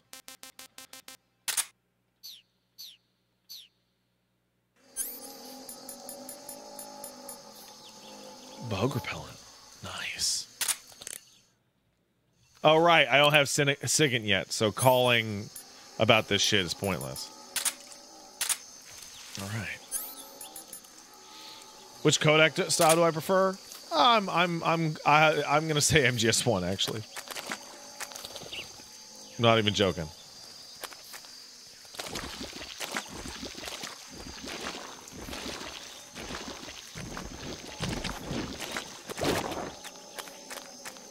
Oh, call boss with the cigar. Oh, that's the fake fucking death pill. Because the art style, yeah, dude. I have a cigar. You can only use CQC to grab enemies when your right hand is free to grab and pull them toward you. In other words, when you're barehanded or equipped with a one-handed weapon like a survival knife or a handgun. You won't be able to grab hold of enemies when equipped with two-handed weapons, such as the assault rifle or weapons such as hand grenades that don't leave your right hand free to control the enemy. Got it. So in other words, I can't throw enemies with CQC when I'm holding an assault rifle or a hand grenade. Exactly. CQC Don't with a hand forget grenade it. is super nuts, dude. You are going to tell me everything, or else!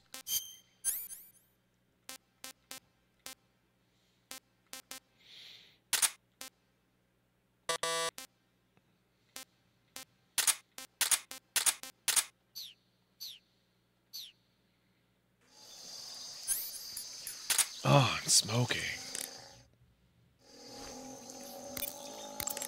I see you're wearing the tiger stripe camouflage. Sure am, bitch. The tiger stripe pattern has been in use since 1959 among the South Vietnamese Marine Corps.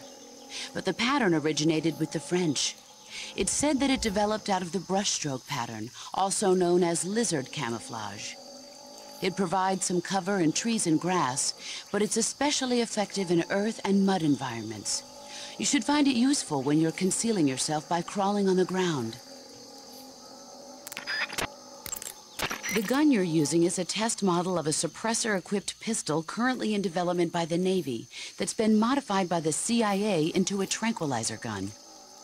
The suppressor-equipped pistol it's derived from is itself being developed for use by special forces based on the M39. The Mark 22. That's what they're going to call it if they decide to adopt it for official use. It uses a slide lock mechanism that will keep the firing sound down to a minimum. But I'll have to reload it by hand every time I fire, right? Right. You won't be able to fire multiple shots at once, so make every shot count. Aim for the enemy's vital spots. There's talk of designing the Mark 22 to accommodate special subsonic rounds, but for this mission, you'll be using specifically designed tranquilizer rounds. In a way, these tranquilizer rounds are like miniature syringes. When one of them strikes a target, the impact causes a needle contained within to shoot out. At the same time, chemicals inside Needle the gun. round are mixed to create a gas, which pushes the plunger and injects the tranquilizer into the target. You can knock out an enemy immediately by shooting them in the head. But if you shoot them in the arm or leg, the tranquilizing agent will take some time to set in. Aim carefully. Got it. Are you smoking a cigar? Yes, ma'am. Uh-huh. I don't approve of you smoking during a mission. Hey, you used to smoke them. Never mind what I did. Ugh. But that being said, cigars can be useful in a number of different ways, like getting rid of leeches. Did you say leeches? Yes. If a leech clamps onto you, try pressing the lit end of a cigar into it. Ugh. The leech should cringe and detach itself from you. If you try to yank it off by yourself, you run the risk of it leaving its teeth inside you. With the cigar method, you won't have that problem. Fascinating. And unlike a cigarette, a cigar burns slowly, so you can use it in place of a torch in dark places. I never knew a cigar had so many different uses. Now you know, but quit smoking them during the mission. Okay. Hear me? Yes, ma'am. No more cigar. All right. Suppressor. Nice. Oh, before that, would you guys like to see the purpose of the scope in this game? It's really quite useful. We didn't have to use it as much during Metal Gear Solid 2 because it's just not as useful in that game. But it's very useful here. Simply zoom in on what you want to shoot, line it up, and then fuck it up.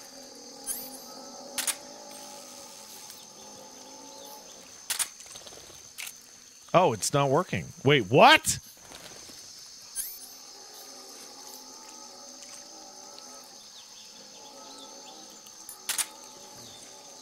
Oh. Right. It doesn't do the vertical, but it does do the horizontal, you know.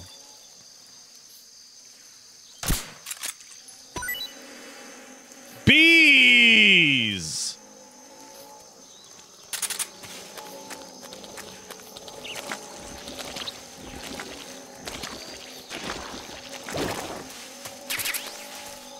I got a nest. Oh!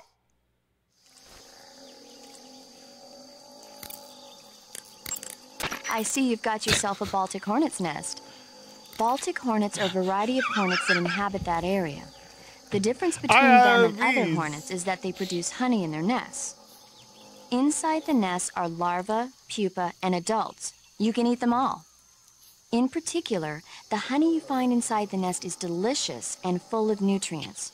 It's easy to digest and helps pep you up when you're feeling tired. In short, it's the perfect survival food. Honey can also be used as a burn ointment. When honey is applied to a burn, it creates a protective coating over the skin. When you knock down a hornet's nest, a burn ointment will appear along with it, so don't forget to pick it up. Of course, the hornets aren't going to give up their nest without a fight. If you knock a nest down, a large swarm of hornets will come flying out, so be careful. Love that dog.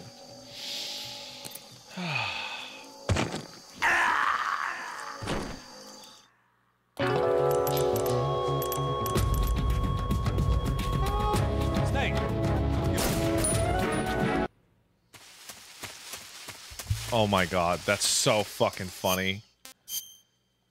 That's so fucking funny. Holy shit.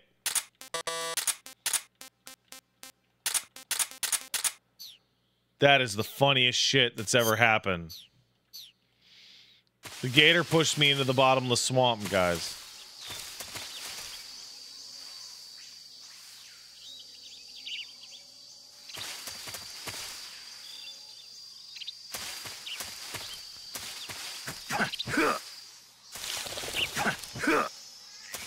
Well, we're not going to spend all that time getting those frogs and shit.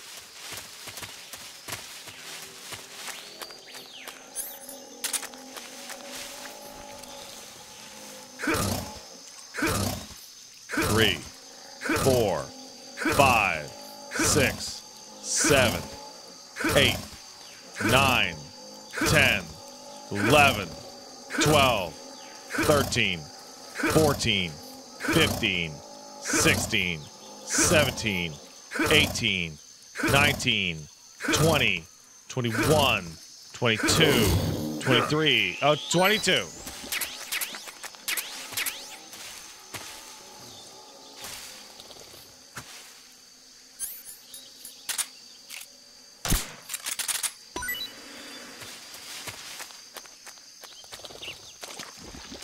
No, I'm not going to get the Sushinko.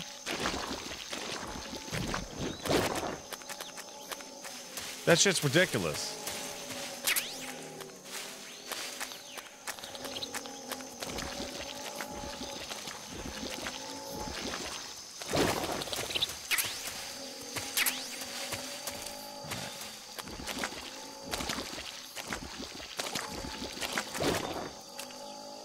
All right. I remember seeing this grass on the PS2 and just having my fucking mind blown, dude. Got it. That's a snake.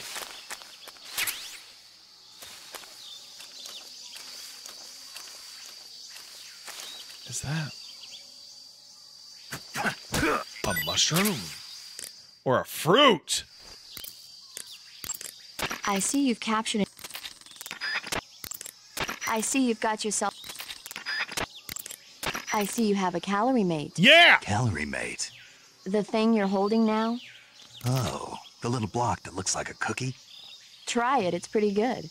Okay. This is an ad. But what is this By thing? the way, this is a straight up Never seen ad. anything like Not it. even joking. Calorie Mate is an energy supplement that contains all the proteins, lipids, vitamins, carbohydrates, and minerals needed for a balanced diet. It's a well-balanced food. Because of that, it's just perfect for giving your body the nutrition it needs in combat. It sounds like a space-age food. Real astronaut food is not very good, but that should taste fine. Yeah, and it'll help balance out all this jungle food I'm eating. It's easy and quick to eat, so it's perfect when you're running late for an important mission in the morning. I've never been late for a mission. Really? Aren't you always keeping people waiting? Huh? It's easy to keep track of your calorie intake and receive the nutrition your body needs, so it's good for losing weight, too. All of the geisha girls in Japan use it for watching their calories. Is that why they're all so slim? Right. And any diet where you eat nothing at all is bad for the body. I see. You seem to know a lot about Japan, don't you? Yes, I love Japan. Nerd. Looks like you found a galova. Galova? Yeah, it's a fruit that's found only in that region. It's related to the jackfruit, which is commonly found in Southeast Asia. Jackfruit, huh? Yep, he's a cannibal. Huh? I didn't say anything. No, I'm sure you...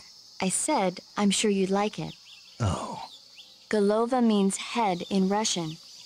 It's probably called that because the fruit grows to about the size of a human head. It's supposedly pretty good to eat with a uniquely sweet flavor.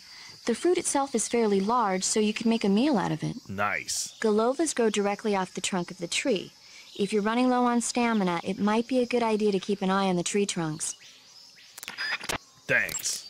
You should be able to find Siberian inkcap mushrooms growing in that area. Really? The Siberian inkcap is a mushroom from the inkcap family. Its life cycle is transitory.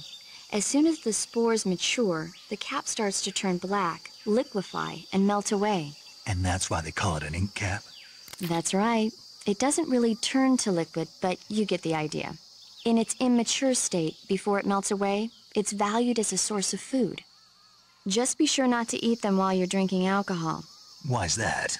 Ink caps contain coprin, which inhibits the function of aldehyde dehydrogenase. This prevents the body from breaking down alcohol, causing a buildup of acetaldehyde. Meaning? Meaning it will give you the hangover from hell. Damn. Oh, wait a minute. What? You think I'd drink alcohol in the middle of a mission? Wouldn't you?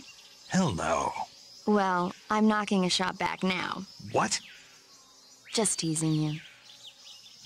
That's crazy. Oh, come on. Where's your sense of humor? I need a drink. Womp womp.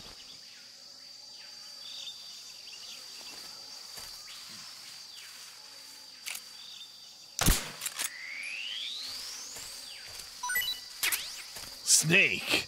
H. H snake. That area is inhabited by Indian gavials. The Indian gavial is a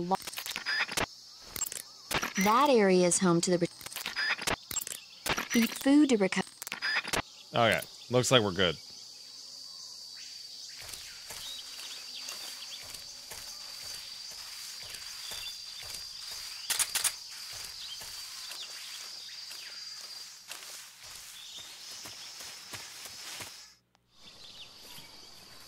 Nice.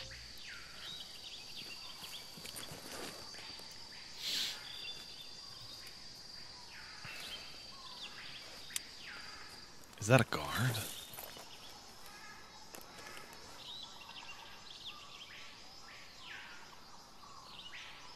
Major, I've spotted 2 enemy soldiers.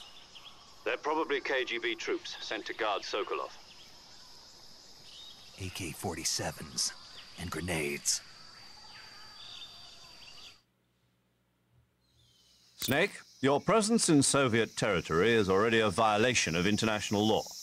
We can't let the Kremlin find out that the CIA and the American government are involved. Darn. Contact with the enemy is strictly prohibited. Don't engage them in battle either. This is a stealth mission. Got that? The Major is right. The point of this mission is to sneak through the jungle without being seen. The success of the mission depends on how well you use your camouflage. Change your camouflage by selecting camouflage from the survival viewer. Moses Unspoken says there's really no reason for a remake. This looks phenomenal. The Delta remake using the same voices and exactly identical gameplay is completely pointless. It is overtly pointless. Don't forget that anything that moves will stand out in the jungle. If you just stand up and run around like an idiot, you're bound to be spotted. But if you crawl instead, you should be able to sneak by without being noticed. You can crouch walk? You don't need to crouch walk. You can see how effective your camouflage is by looking at the camo index. The camo index shows how well your current camouflage blends in with the surrounding area. The higher the value, the harder you are to spot, and vice versa. I see. The key is to make yourself one with nature. Keep that in mind as you go along, okay?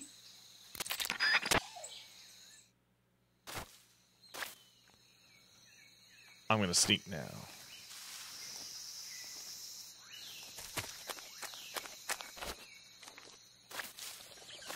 Hey. There's those mushrooms.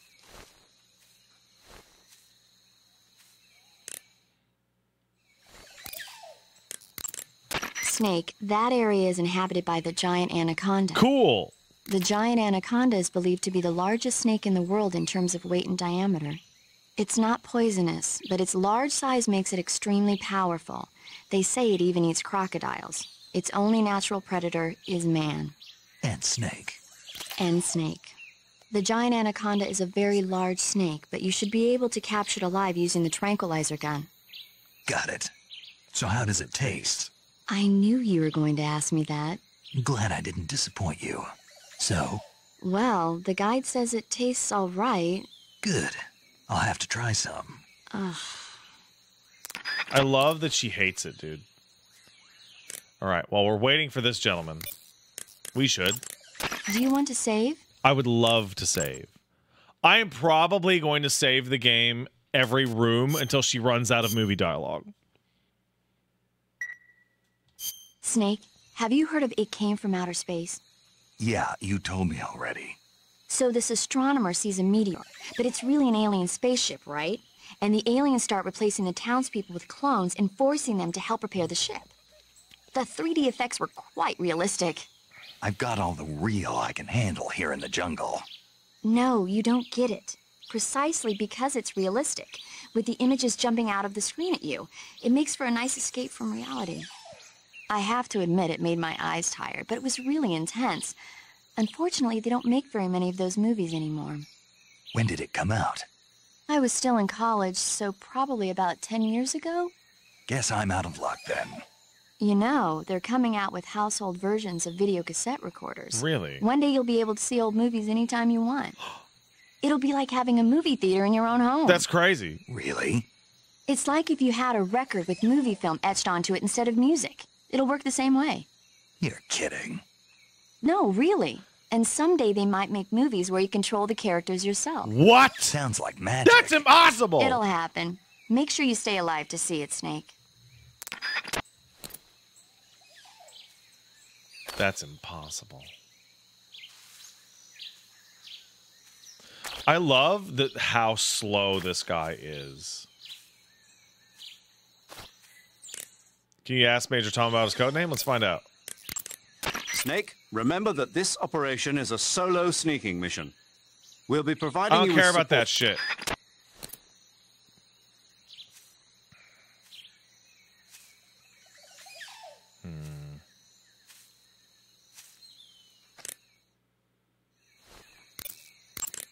Sokolov should be at the abandoned... Don't care about that. Sokolov... Okay, no, he's done. I think I've gotten it all.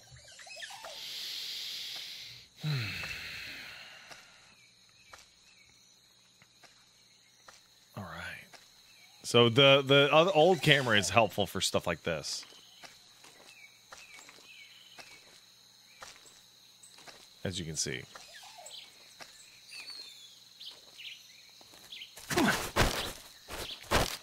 Speak. We won't hand over Sokolov. Speak. Let go of me. Speak. We won't hand over.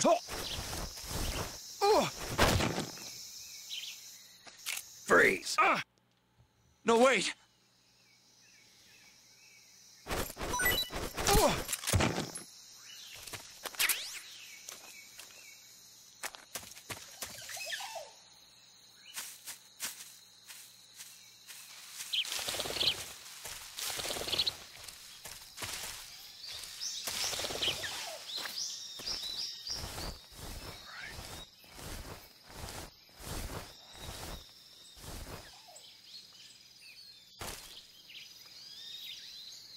Huh?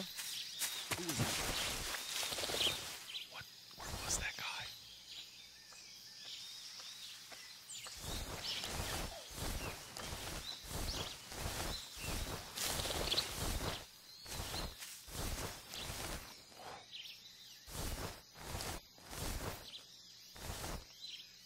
Nobody here.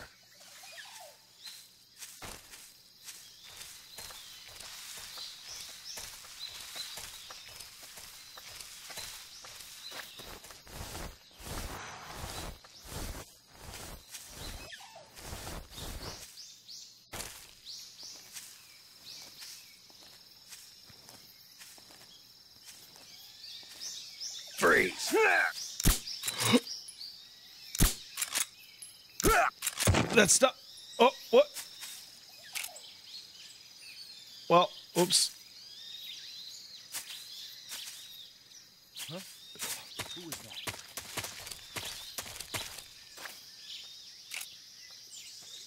that? That's fine.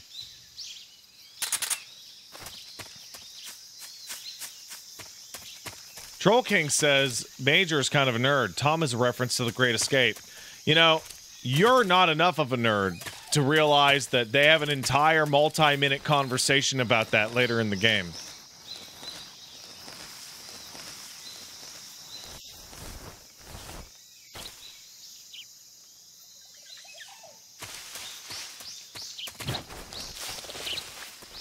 Huh? What was that?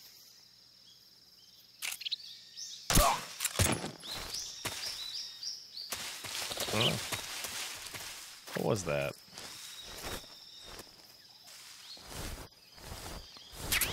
Thermal goggles. Cool.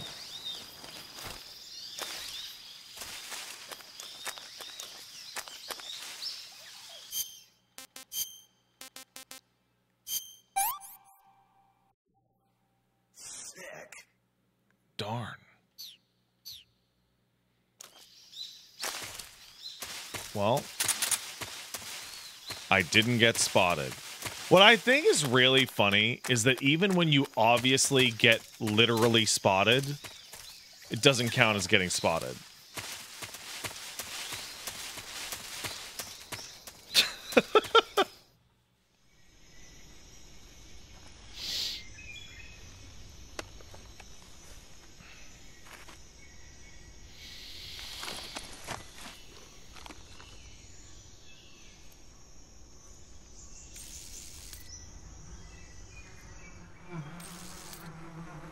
Bees.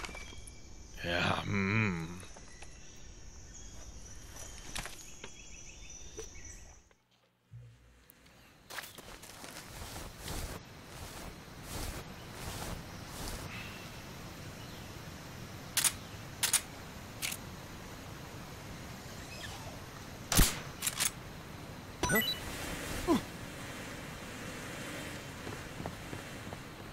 Bye.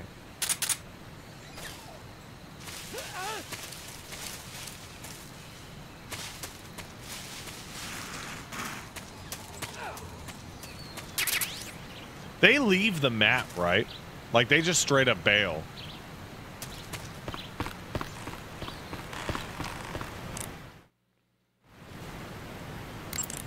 Sokolov should be at the abandoned factory to the north, so head in that direction.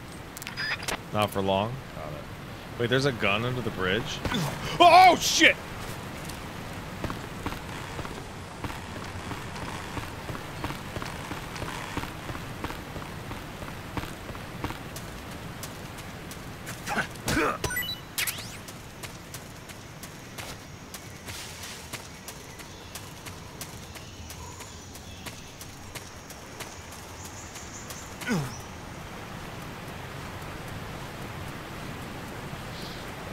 Cool.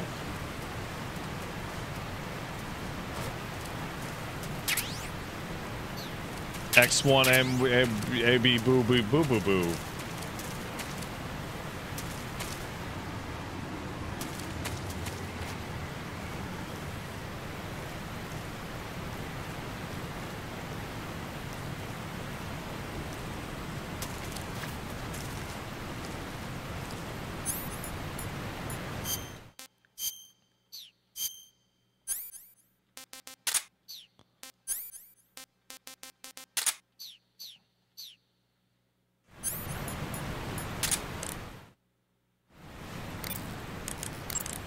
Visibility is poor in the jungle, so you'll be finding yourself in a lot of unexpected encounters. Is that true? Naturally, this means that close quarters combat will be more important than ever. So I'll have You can only use... I see you're wearing the... The gun you're using is a... Those things you're wearing, those are... thermal goggles. Some kind of electronic gadget that shows the distribution Oh, of she heat doesn't sources know. in image form.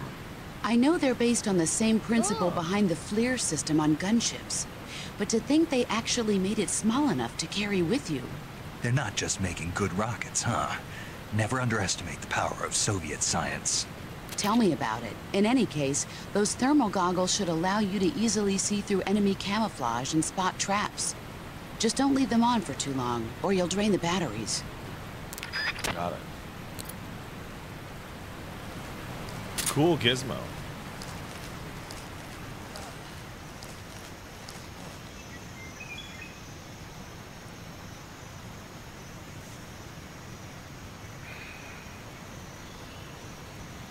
I think they're coming back.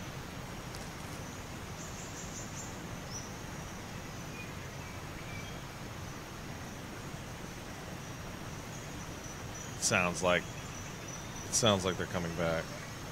Yep, there they are. 4? There are 4 guards here. I don't remember that.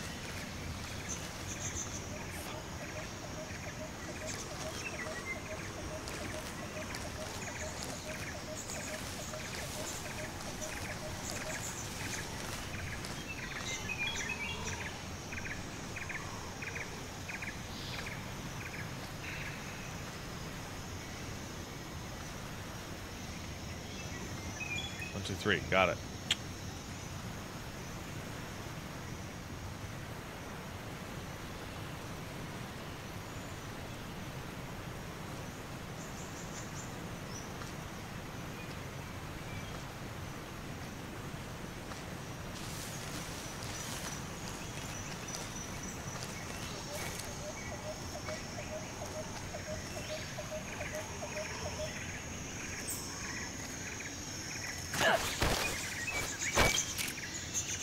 Speak.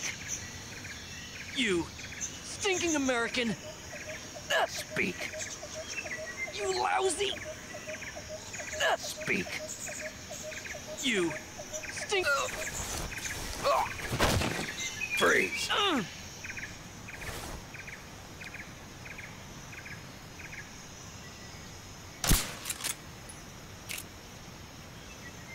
How do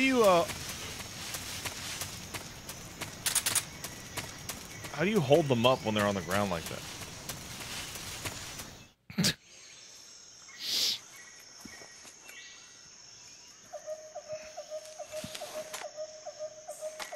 You shoot next to him? Wow, that's cool. Cool detail.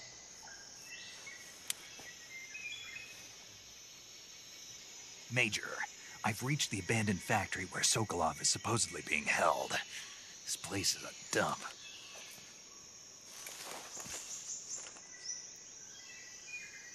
I can't see Sokolov from here. The security is pretty tight. There are sentries posted around the perimeter. I wonder how many are inside. A bunch.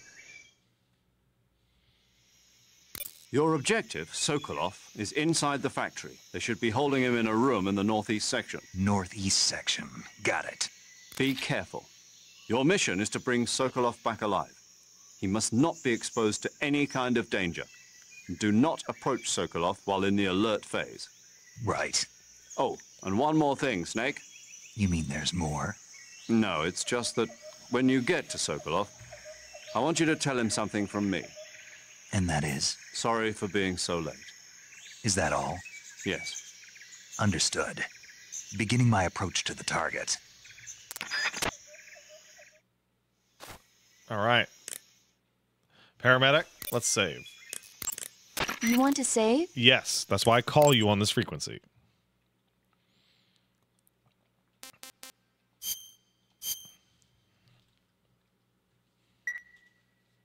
Hey, Snake, have you ever seen Forbidden Planet? No, can't say I have. It's about this expedition that goes to the planet Altair 4 in an ultra-fast spaceship. When they arrive, they meet the survivor of the last expedition, Dr. Morbius. Morbius? Dr. Morbius was exploring the planet along with his daughter Altera and the versatile Robbie the robot. Ignoring the doctor's warnings, the expedition team is suddenly attacked by an invisible creature called the Monster from the Id. The special effects they used for the science stuff were really neat. I wish I had a robot like Robbie that could make anything I wanted it to. I'm more interested in that invisible monster. If I were invisible, I wouldn't have to bother hiding or wearing camouflage. Maybe someday you'll be able to turn invisible. Yeah, that'll be the day. This is the reason why she developed the optic camo. That's crazy. Oh my god, I just realized. You know when Otacon looks at the ninja and goes just like my Japanese animes? Clark made him that way just like her Japanese movies.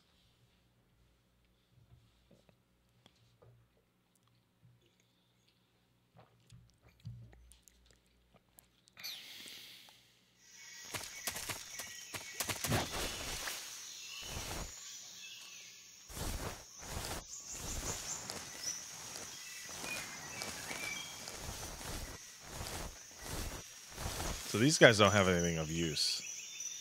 Which means we can do this shit the old-fashioned way. Just like the good old days. I just need to get an eyeball on him.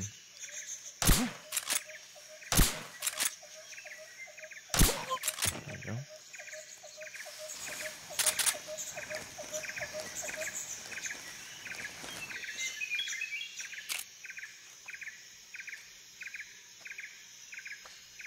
Is it the top of the reticle? Yes, it is. Okay. Or is it the middle of the reticle? This is the important part.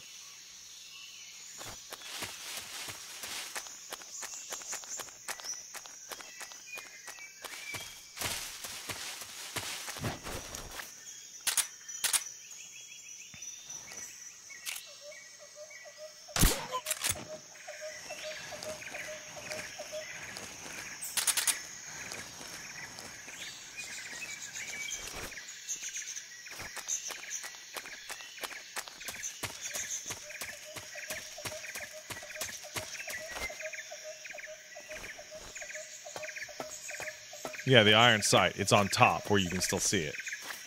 It's not about... It's not about...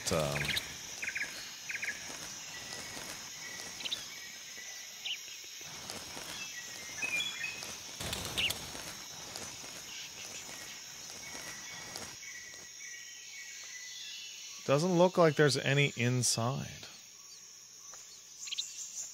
But I still hear footsteps. Aha.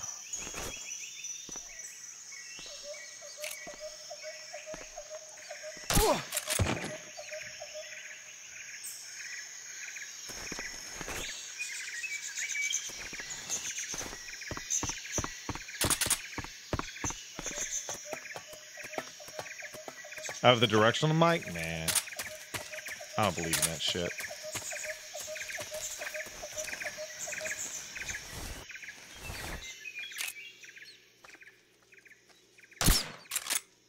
Oh my god. I just realized what this is. This is those rats I had to fight in Metal Gear 2, the boss fight. That's tasty.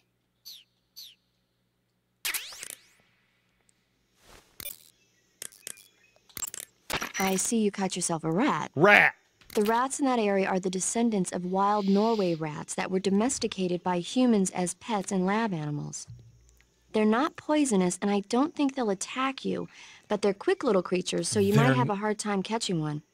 Uh-huh. So how do they taste? Snake. What? They're rats. I know what they are. Do they taste okay? The guide says they're not that bad. Good enough for me. Ugh. She tells you they're not poisonous because in Metal Gear 2, you fight a boss fight against a swarm of poisonous rats.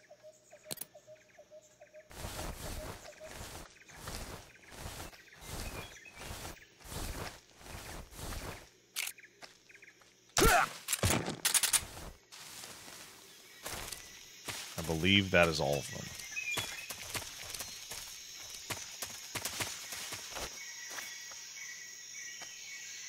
No, there's one more.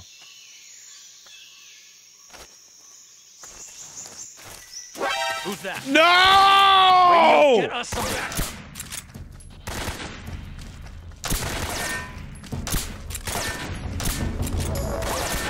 Oh my god.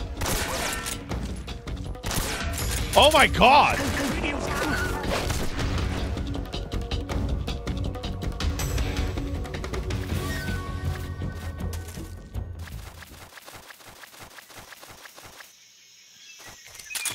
That was weirdly difficult.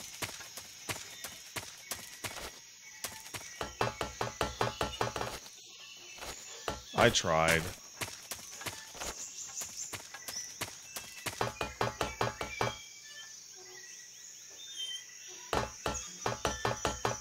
I tried.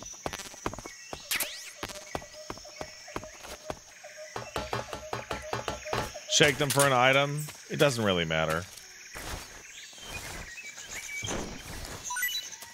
I mean, you know.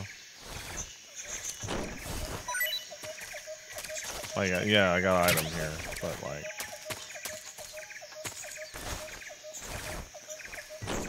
Man, I did so good too.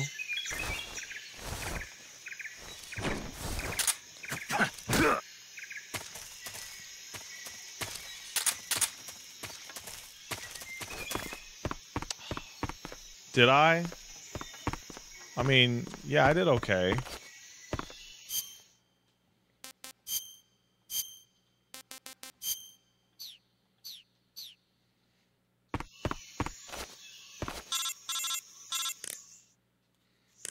Snake, when you meet Sokolov, don't go in wearing that mask.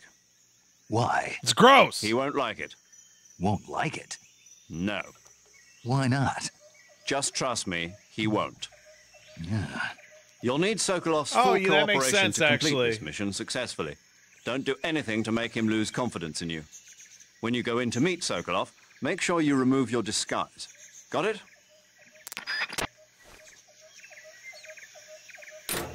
Stay away from me. Doesn't go on the gaycation. It's true.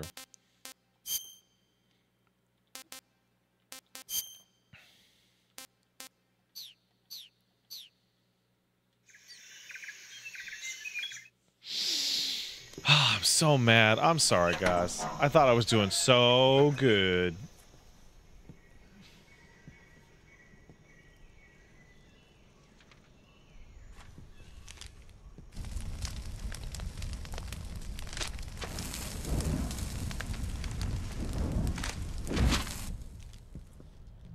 You must be Sokolov.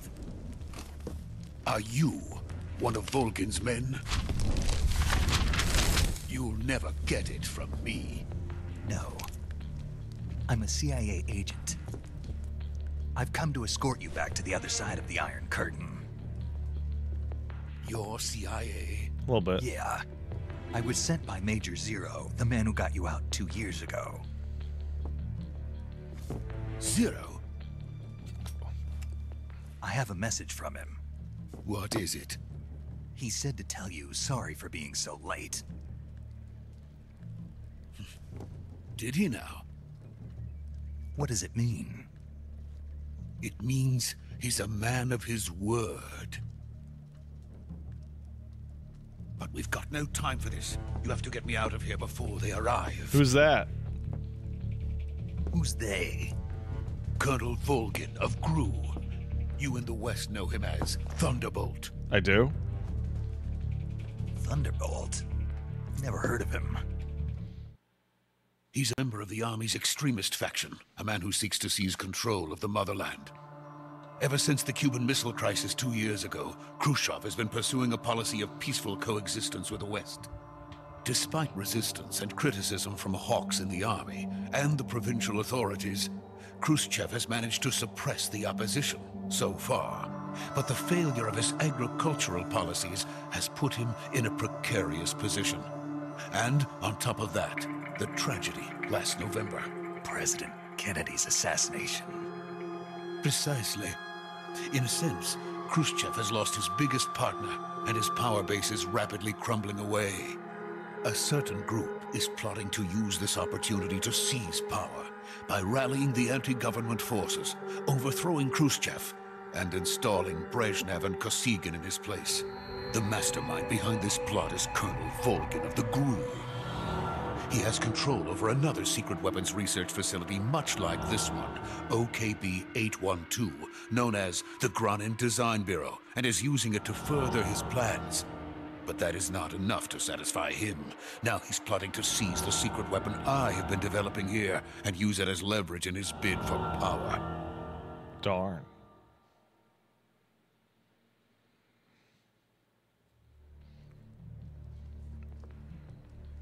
The intelligence says that they are going to make their move during the test.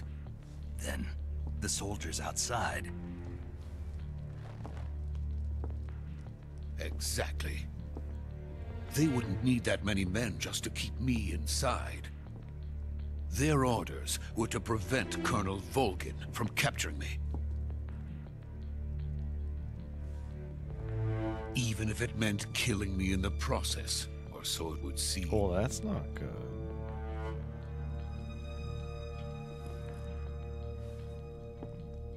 Volgin will come. I'm sure of it. You must get me out of here before then. Leave it to me. We're all gonna do a great job. Very good job. By the way, your Russian is superb. Where did you learn to speak it? From my mentor. Is that so? America's truly a frightening country. Having second thoughts? No. I have no love for this place. Let's go.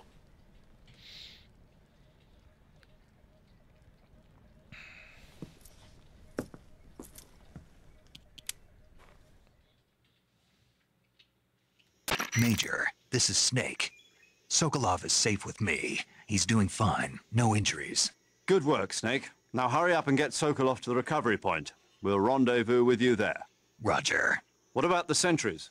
I managed to get past them. I see. What about the boss? We lost contact with the boss some time ago. Darn. What happened? It's probably just a weak signal. Just hurry and get Sokolov out of there. Okay. Not too worried about it.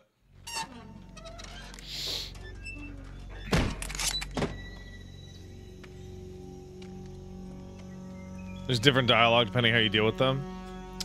I fucked it up. Embarrassed.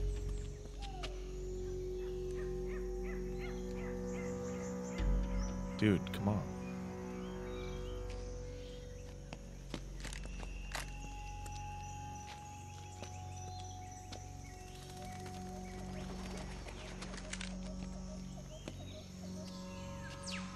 Why the fuck does he do this?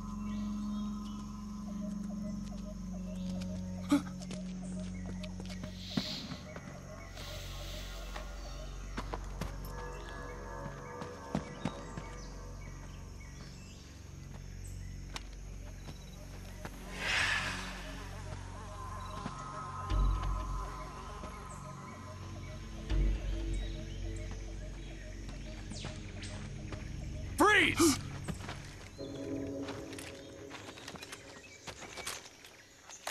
Good job, Snake. He gets super punked here. It's crazy.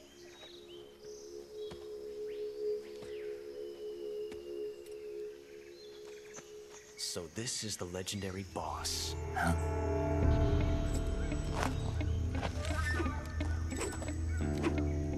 Huh? We meet at last.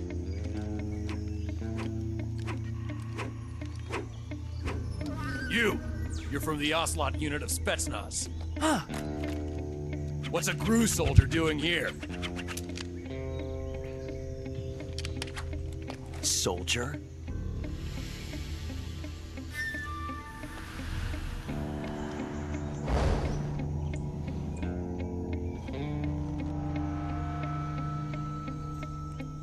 He's the Ocelot commander. That's Major Ocelot to you. No! Don't you forget it. Not you! Oh, no! Sokolov is ours. Now get out of here. And Ocelot never lets his prey escape. Both of the things he said are lies. By the way. Ocelots do let their prey escape. And he is not the Ocelot commander.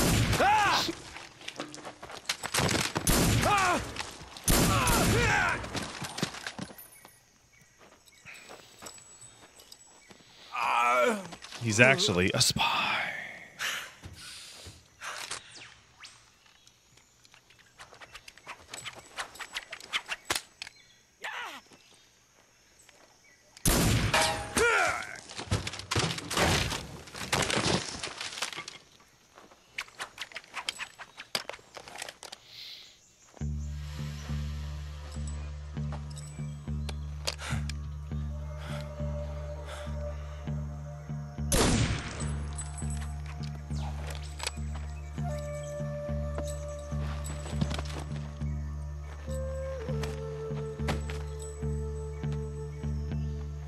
I can't say it feels good to kill a comrade, even if it is for the GRU. Sokolov, take cover. He doesn't care. That's also a lie. We're still at 0%. 0%. Huh.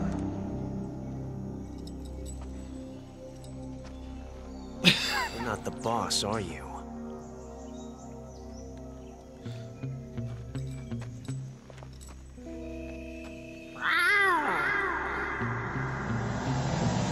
No. I don't mean that he's impersonating the commander. I mean that his primary profession is not Major Ocelot. He's a spy first. GRU operatives? What is that stance?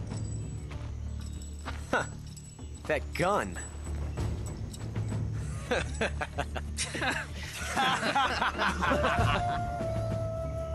If you're not the boss,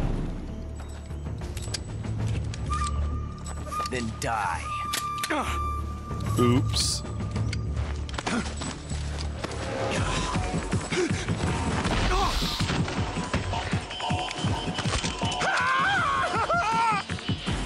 Major! Leave it! Shoot the other one! Whoa!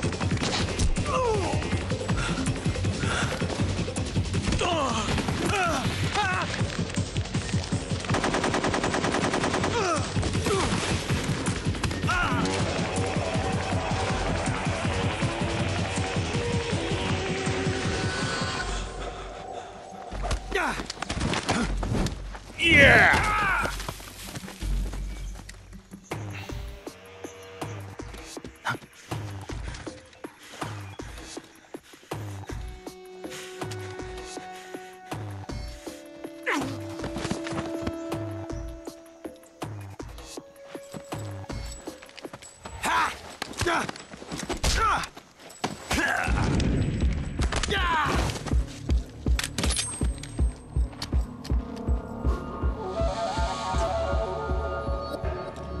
Boy, I sure hope that bullet doesn't become insanely important. Impossible. You ejected the first bullet by hand, didn't you? I see what you were trying to do, but testing a technique you've only heard about in the middle of battle wasn't very smart. You were asking to have your gun jam on you.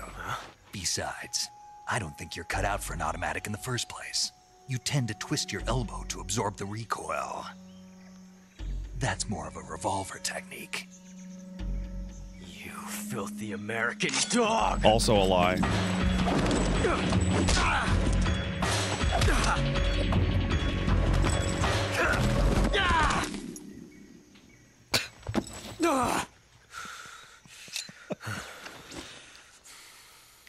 But that was some fancy shooting. You're pretty good. Pretty good.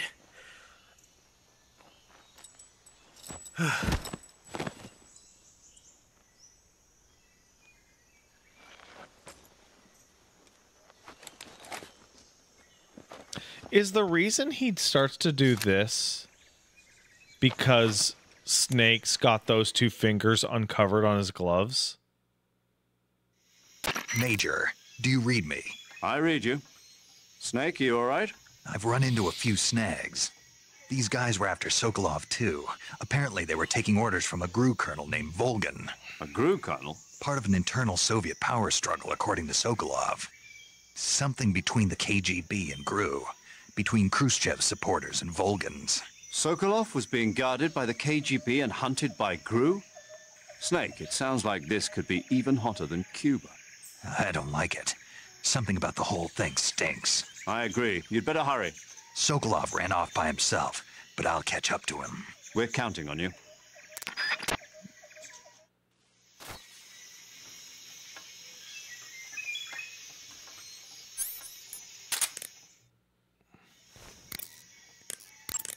You want to save? Hold on a sec. I do want to save.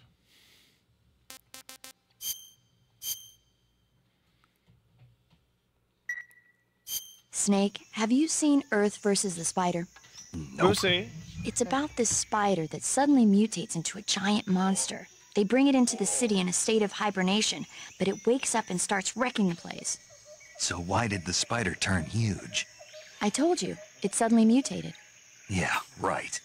Snake, it's people like you that take all the fun out of watching movies.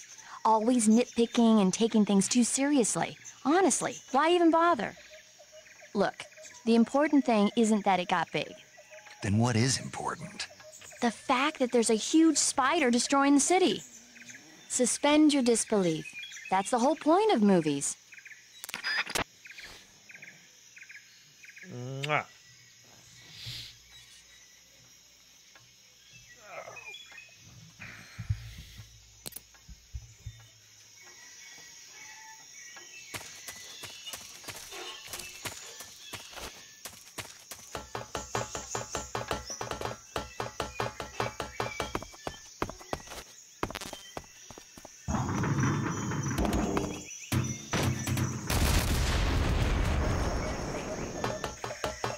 Wow.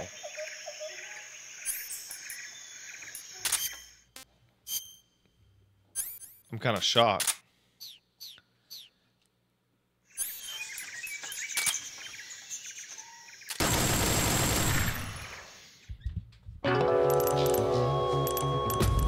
Huh? You've created a time paradox. What? Snake, you can't go changing the future like that. What? Colonel Campbell! What the fuck?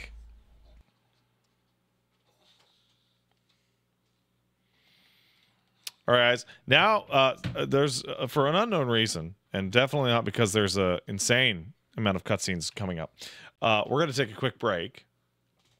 And I'm going to pee, and the dog's going to pee.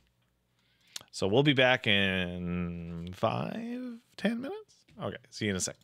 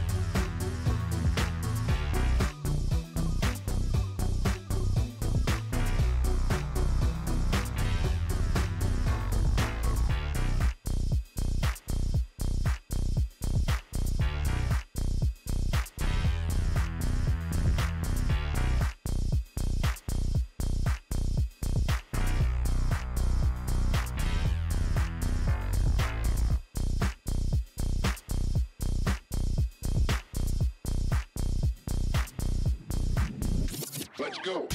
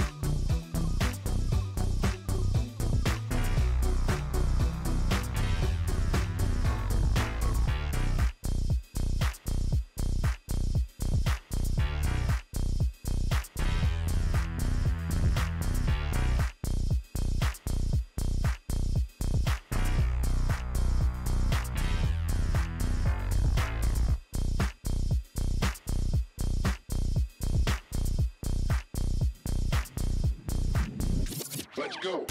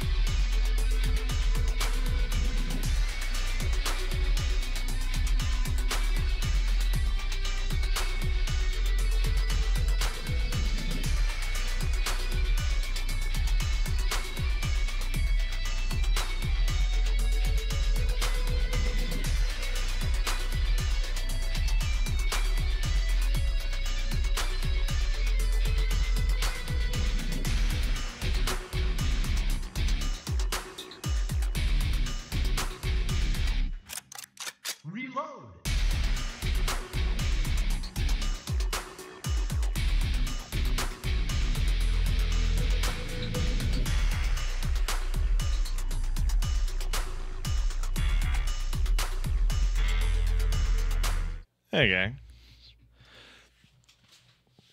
While we're sitting here, let's thank some people. Mako Tensei VT, thank you for the raid again. Sorry. That was on to watch the dog pee. Satoma subs says, I give my life not for honor, but for caboose. You hear that, buddy? Oh, come here. Oh, come here. Not for honor, but for you. Caboose. Oh, his eyes are open. Hello. Don't they look pretty? They do not. Green Bean is sub, say 30 months. Dope. Thanks, man. Ken Zamaka sub says everybody loves Godzilla. That's true. They do. P Money Darth Swag sub. I decided to give you some money because I just pre-ordered Expedition 33 and it's somehow only $50. So I'm throwing some extra your way. Oh, that's nice. I just joined their creator program today, or rather I applied for their creator program today. So I might get early access or something on that. That'd be cool. And Doomsday Dan kicked in a sub. The bullet from Ocelot's gun bouncing off the floor is going to look so weird in Delta when it's bouncing and clanging off of soft-looking dirt instead of a flat texture. You're totally right. Oh my goodness.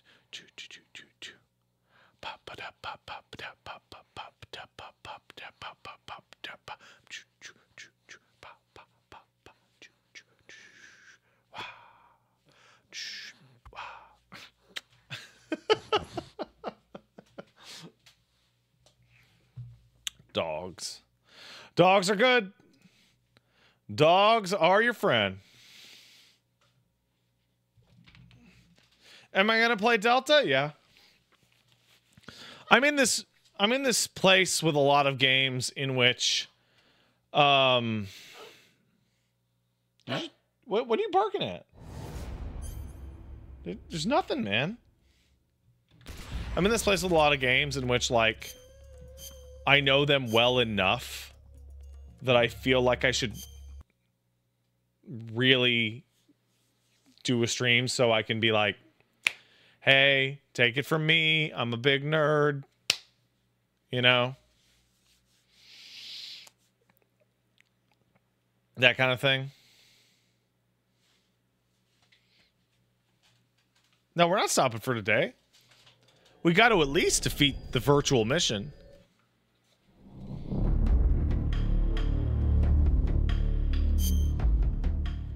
Virtual mission?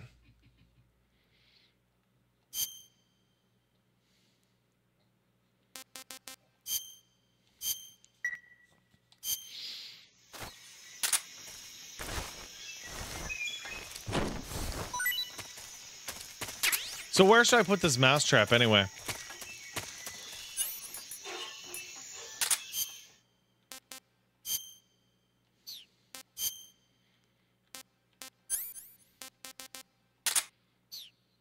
No, seriously.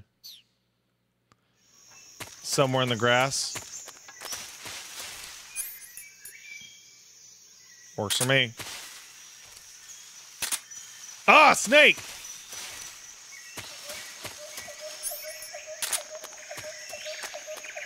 You want it inside a building? Not the ground? Well, it's too late now. Or is it? Well, shit. Oh.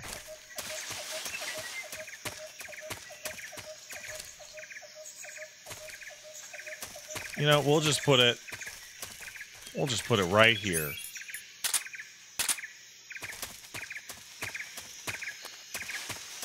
How about that? All right, everybody. We're gonna just go pick Sokolov back up, and everything's gonna be great. Wrong way, Marvel? Is it? Is it? Is it the wrong way, Marvel? Marvel, is it? You okay? Those men were from the Ocelot unit. Spetsnaz? Yes. The best crew has to offer. Check your brain, Marvel. I'm finished. Gotcha. Calm down. I have a beard. I'll get you out of here, I promise. And we've got some of the best backup we could ask. Look.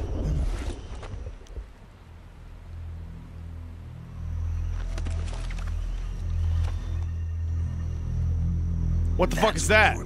It's cool as shit. Yes. The Shagohod. The treading behemoth. A tank I'm just capable of launching nuclear IRBMs. It can launch nuclear missiles from that kind of terrain. Oh, yes. And without support from friendly units. A nuclear-equipped tank capable of operating solo.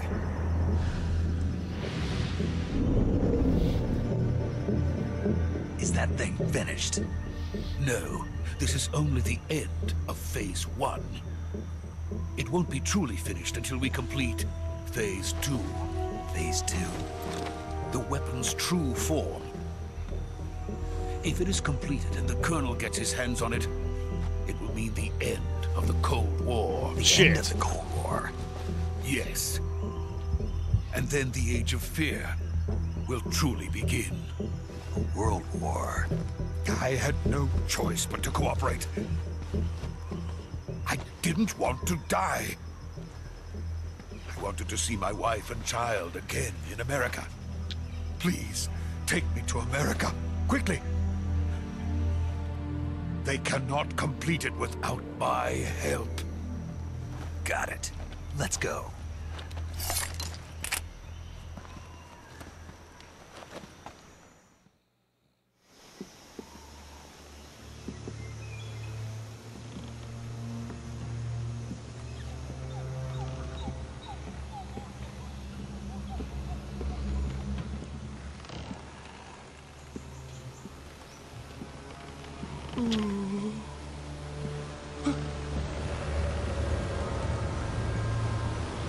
Bro, calm down.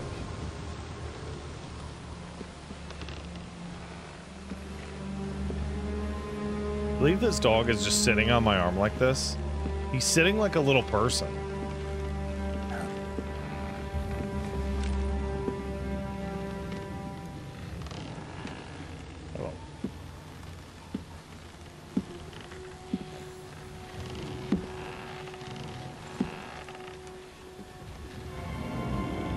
Oh, shit. Boss?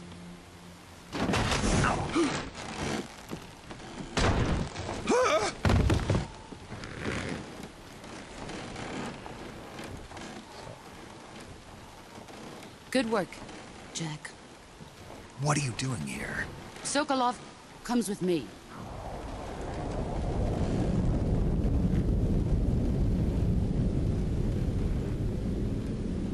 Is that fucking bees? Huh?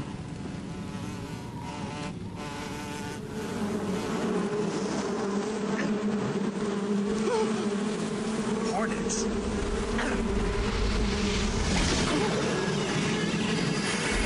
Is that Michael Bell, the famous voice actor? Star of Star Trek Encounter at Farpoint?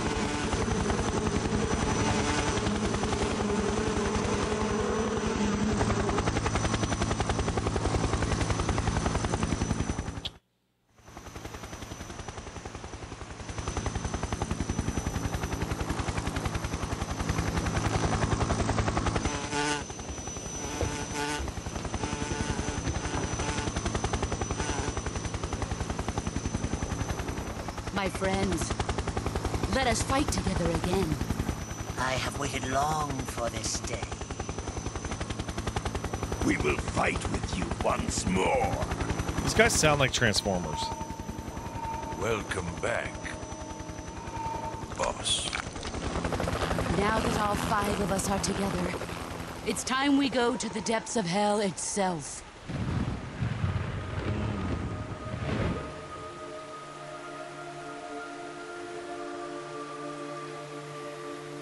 It's raining blood.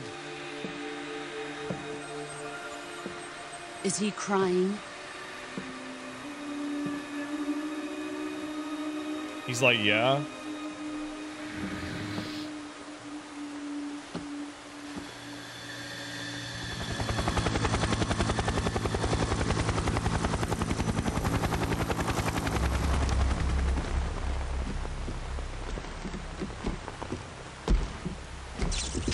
Kuwabara, Kuwabara.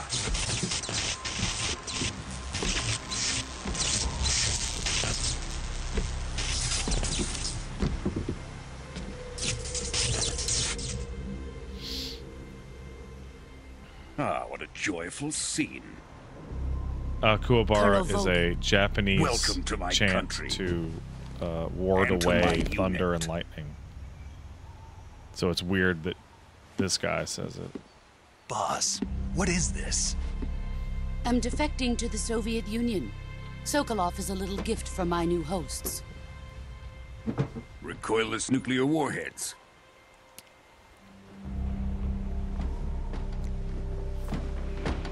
These will make a fine gift for me. This can't be happening. Who is he? Another one of your disciples? Are we taking him with us? No, this one is still just a child. Too pure for us Cobras. He has not yet found an emotion to carry into battle. What are you talking about? Think you can pull the trigger?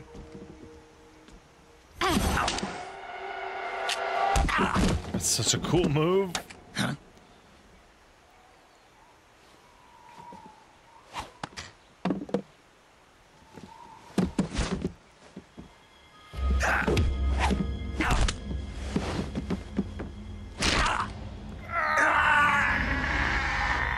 That looks like it hurt, bro. He's seen my face. We can't let him live.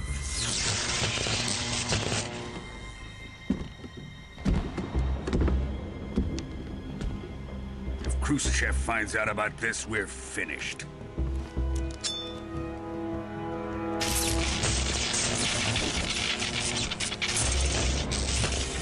He must die. Wait. He's my apprentice. I'll take care of him.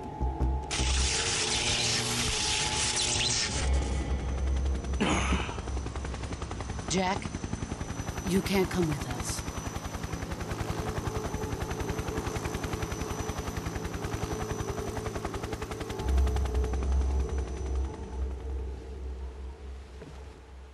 Oh, here we go.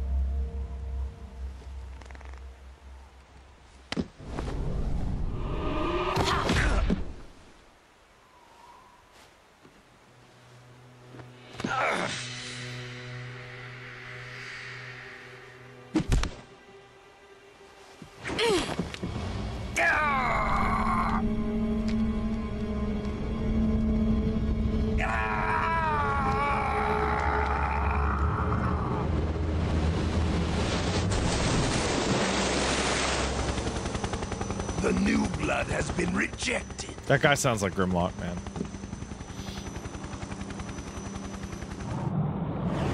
Ow!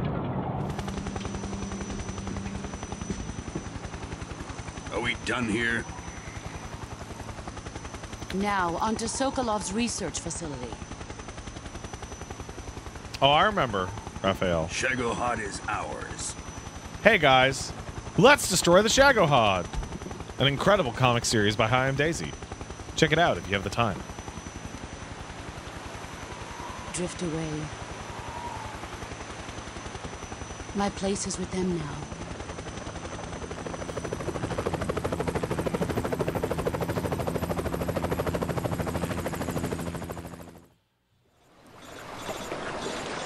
Ow! Can you explain how Volgan has lightning powers? He was born that way. Oh, he's magic? That just happens sometimes in Metal Gear? Sometimes it just happens.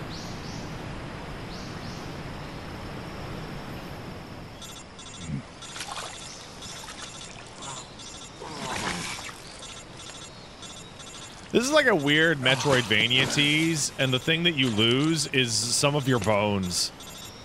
And a bunch of your blood. Snake, can you hear me? Yeah, just barely. Snake, listen to me. You need emergency medical treatment. Can you move? You've got to get those wounds treated. Hang in there. If right, Big let's Boss get you was fixed part up. of the Cobra Paramedic? unit, what would his Okay, emotion Snake. be? It Just would be relax and regret. it'll all be over before you know it. Stay with me. I've seen people in worse shape before. Think you can handle it? Major. The boss. She's defected. We'll talk about that later. First, we've got to get you patched up. Okay, here we go. First, open the survival Like Big viewer with the Boss's start button. entire life is If you select defined cure, you can by start how the he treatment. wished things had been different. Healing And is how he divided wants into to make treatment sure that using they're medicine different for with the everyone item going window button, forward. and And then he surgical treatment eventually using just the weapon starts to window button. lose that urge Your and injuries include a fractured understand left his elbow own and rib bone, emotions. and lacerations on your upper arms, He only kind right of elbow, snaps and out of abdomen. it when they rebuild his body in They 4. need to be fixed using surgical And treatment. he's like, oh, I have totally wasted my life and ruined Move everything. the healing cursor with the left stick to the affected part of your body. Once you've selected the affected area, hold the weapon window button and use the left stick to select the medical item, and then press the enter button. With this method, you can use items to help your recovery process. To treat a bone fracture, first secure the affected area with a fastener and then wrap it in bandages. That should do it. For lacerations, you'll need disinfectant to clean the wound, sutures to stitch it up, styptic to slow the flow of blood, and bandages to wrap the wound. If you do everything I mentioned, the wound should heal completely. Understood? Yeah. Stay with me. Go into the survival viewer and treat those wounds. Ow! Oh, my camouflage is still pretty good, actually. There's a skeleton! There's a skeleton over there! That's a skeleton! Look at that skeleton over there. Well, that's weird. Weird that I found a skeleton. Wow.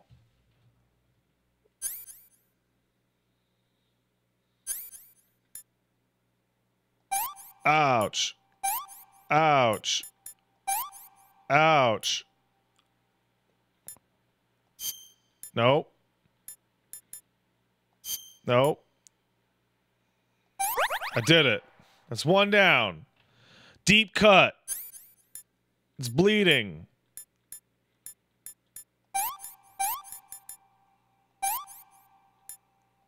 I did it. Broken bone. Ah. Let's see. Splint. Bandage. Broken bone. Bandage. Splint. Oh, deep cut. Oh, I'm fucked. I'm fucked in here. Oh, it hurts. Oh, these are bad. These are bad to have.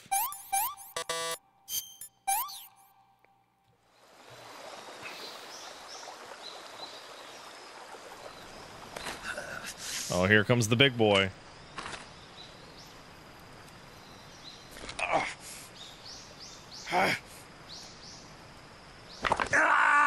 Apparently, that's really quite painful.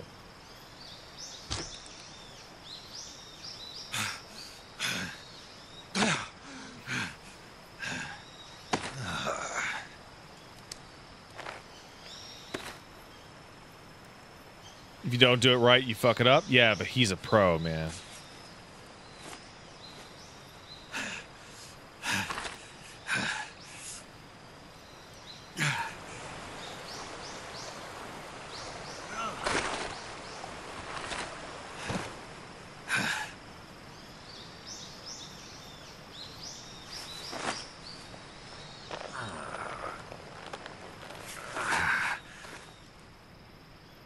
How about that whole no-leave biological trace We're coming thing? to get you now. Just Well, stay where you are. We'll drop a recovery you don't know balloon. this, but Can you set it up? Skullface is literally going through Selino Yarsk right now, picking up all my tranquilizer bullet casings and my food and all that shit. He's behind me. He's picking up my poop.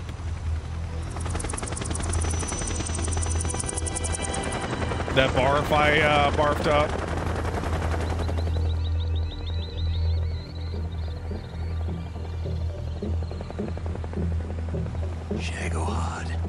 What's Skullface about to do about what's going to happen? I mean, there's a reason he probably looks like such garbage, right? Hey, do you guys want to hear one of the craziest parts about the next scene?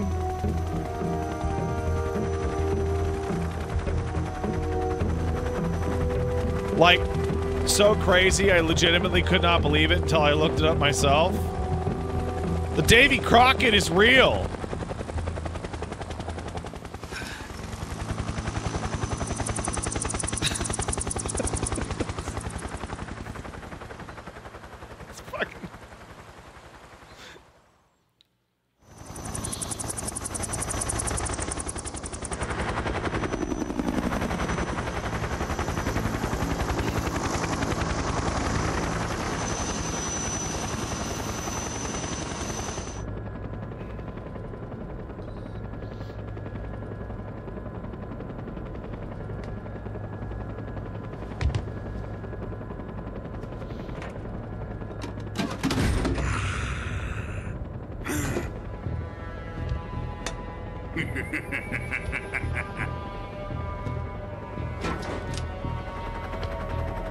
Excellent. A great success. Thanks to the boss and her cobras, I have both Sokolov and the Shagohod.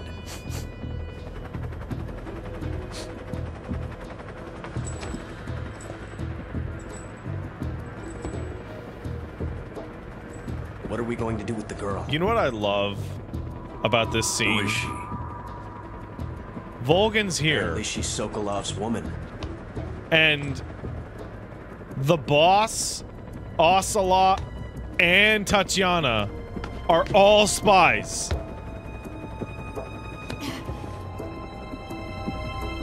She's a nice catch. I'll take her. Not so fast, my dear.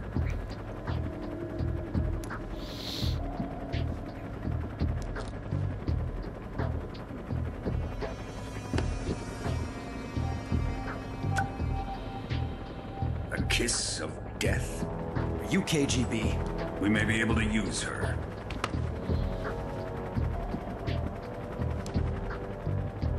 She has spunk.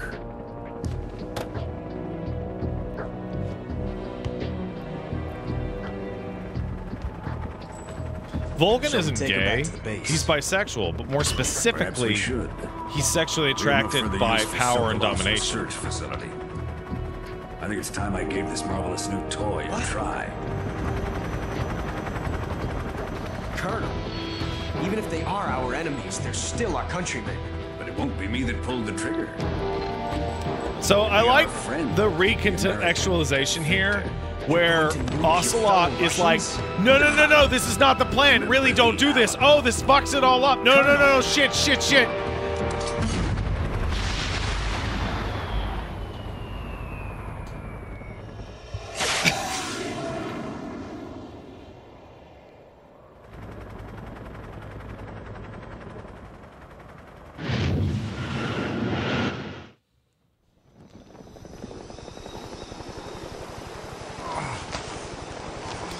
Oh, that singular moment is what tanks the whole shit.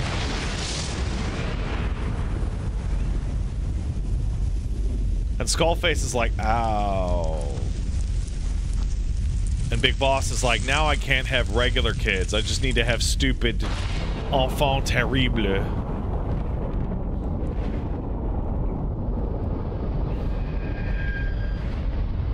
Also, Big Boss was sterile before this, actually, because he grew up on Pacific Islands that were near nuclear test areas.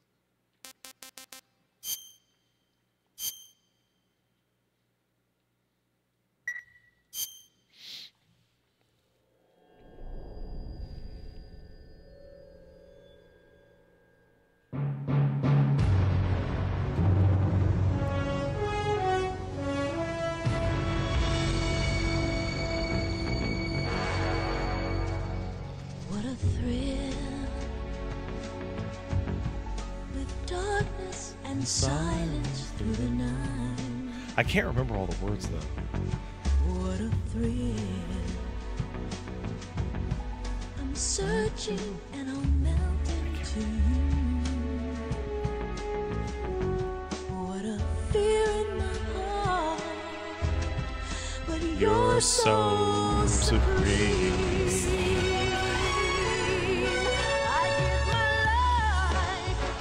Not for honor, but for you. In my time, There'll be no one else. Crime, it's the way I fly to you. Snake eater. I'm still in a dream. Snake eater. Someday you grow Through the rain. Someday you'll feed on a tree frog. someday the trial to survive with each day that brings you life.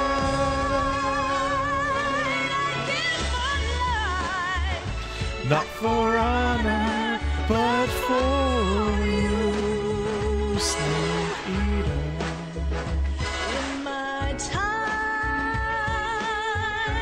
There'll be no one else. Crime, It's the way I'd like to you. Snake Eater.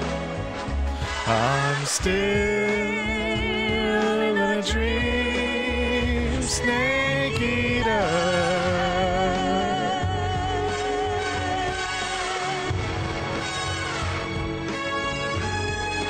I'm still in a dream, Snake Eater.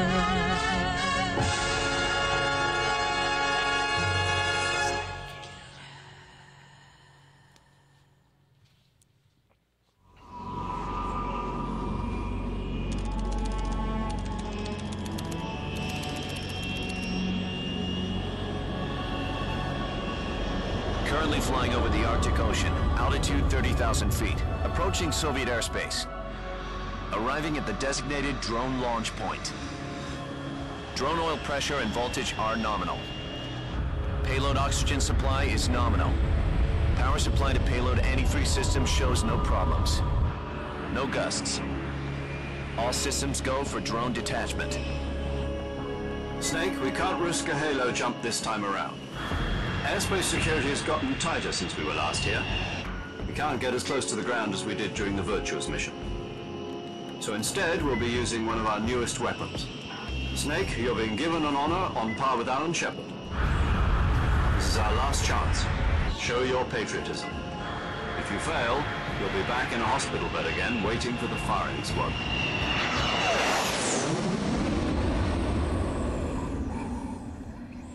Wait, what? What happened? So how does it feel to be a patient in one of the most advanced ICUs in the world? Would you do me a favor and tell the suits about visiting hours? I'll never get better with them assaulting me day and night with their questions. Must be part of the top brass's inquiry. More like an interrogation. According to them, I'm a traitor and an accomplice to the boss's defection. They're just looking for a scapegoat. Does that mean they're after you, too? Let's just say neither one of us is going to be made a national hero out of this. Ironically enough. Does this mean Fox is going to die? No. This Fox is still one step ahead of the hounds. The reason I came to see you today, Jack, it's time for Fox to clear its name. What are you talking about? The situation has changed. We've still got a chance to come out of this one alive. Yeah, what kind of chance? Don't get too excited. Here, have a cigar. It's Cuban.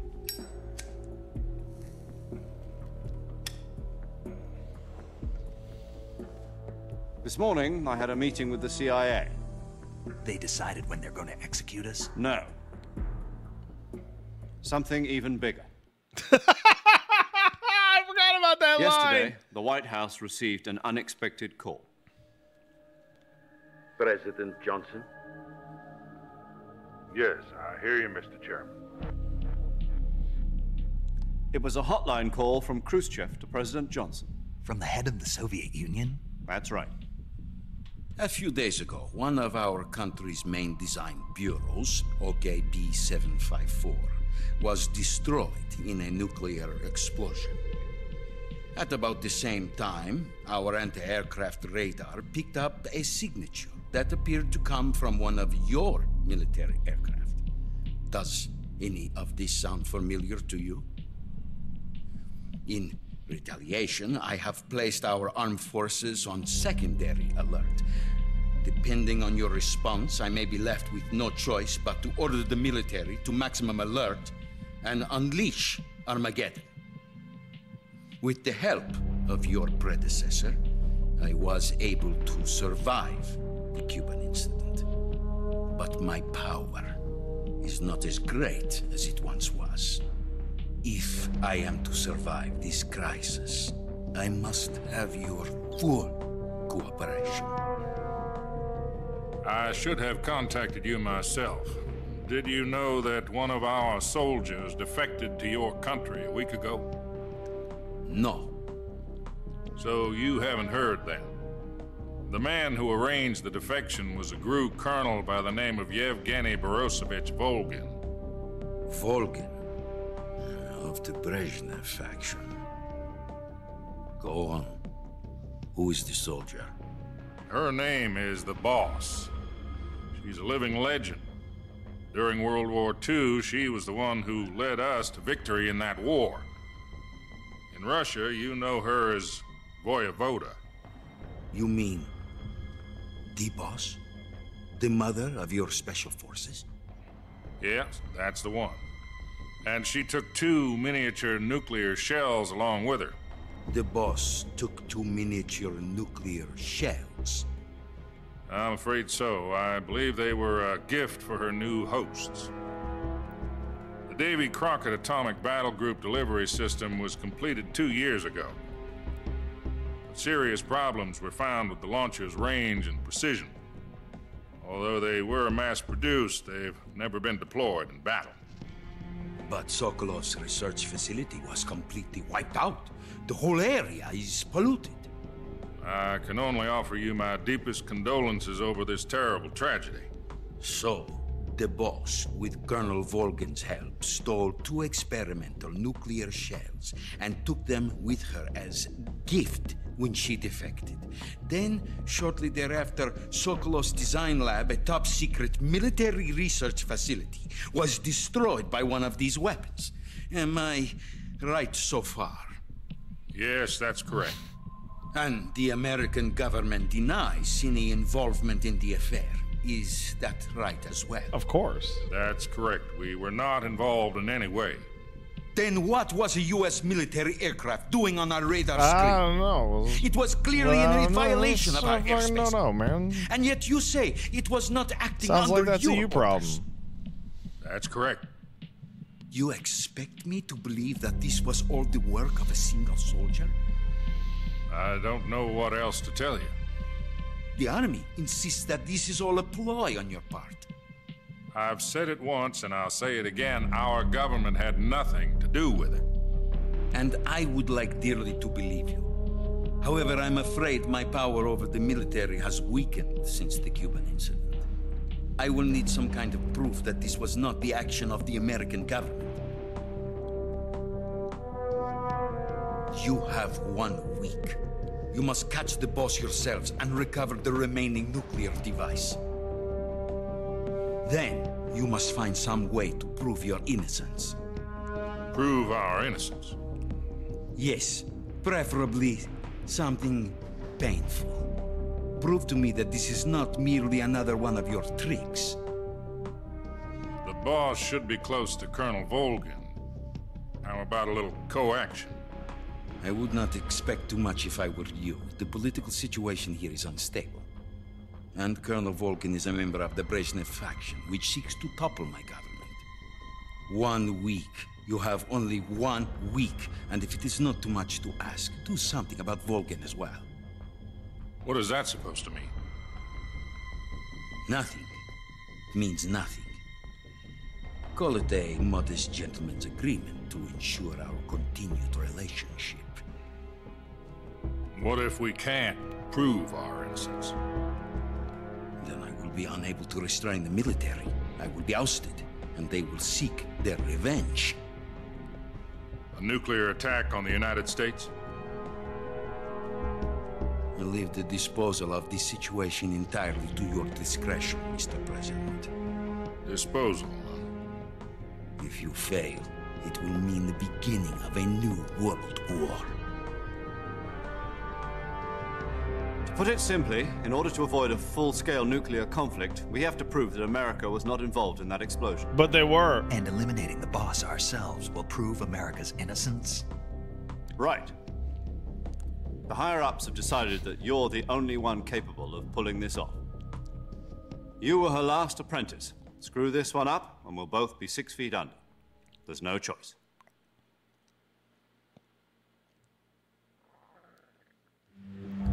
Are the Russians going to be helping us? No. The KGB has promised to lend us one of their communications satellites so that you and I can talk to each other. That's it? They've also put us in touch with a couple of insiders. Insiders? There was a defection in September 1960. Do you remember it? You mean the two NSA codebreakers who went over to the Soviet Union? Precisely. Since then, they've apparently been training with the KGB. Oh, that's Raging Raven? Situation. Their code names are Oh, Adam that and lady's Eve. Raging Raven. Cool. I've been told that Adam has infiltrated Volgin's ranks. We've also arranged for him to provide you with an escape route. You'll need to rendezvous with him when you get there.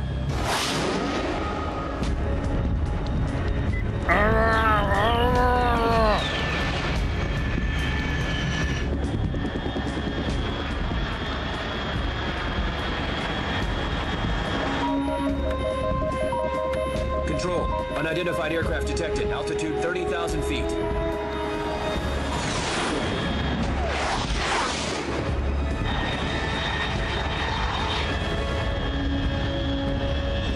It's fast. Estimated airspeed exceeding Mach 3. Bearing south. I'm about to lose it.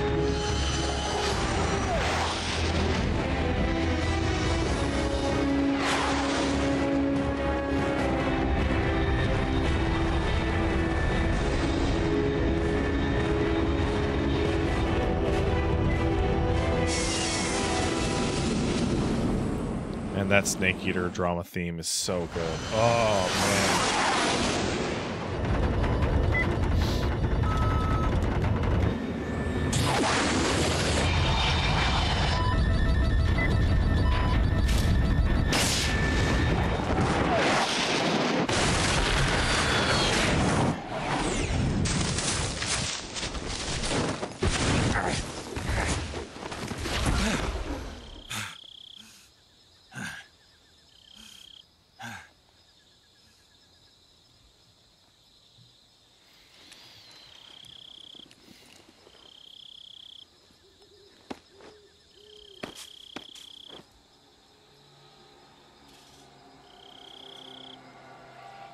Back in the jungle.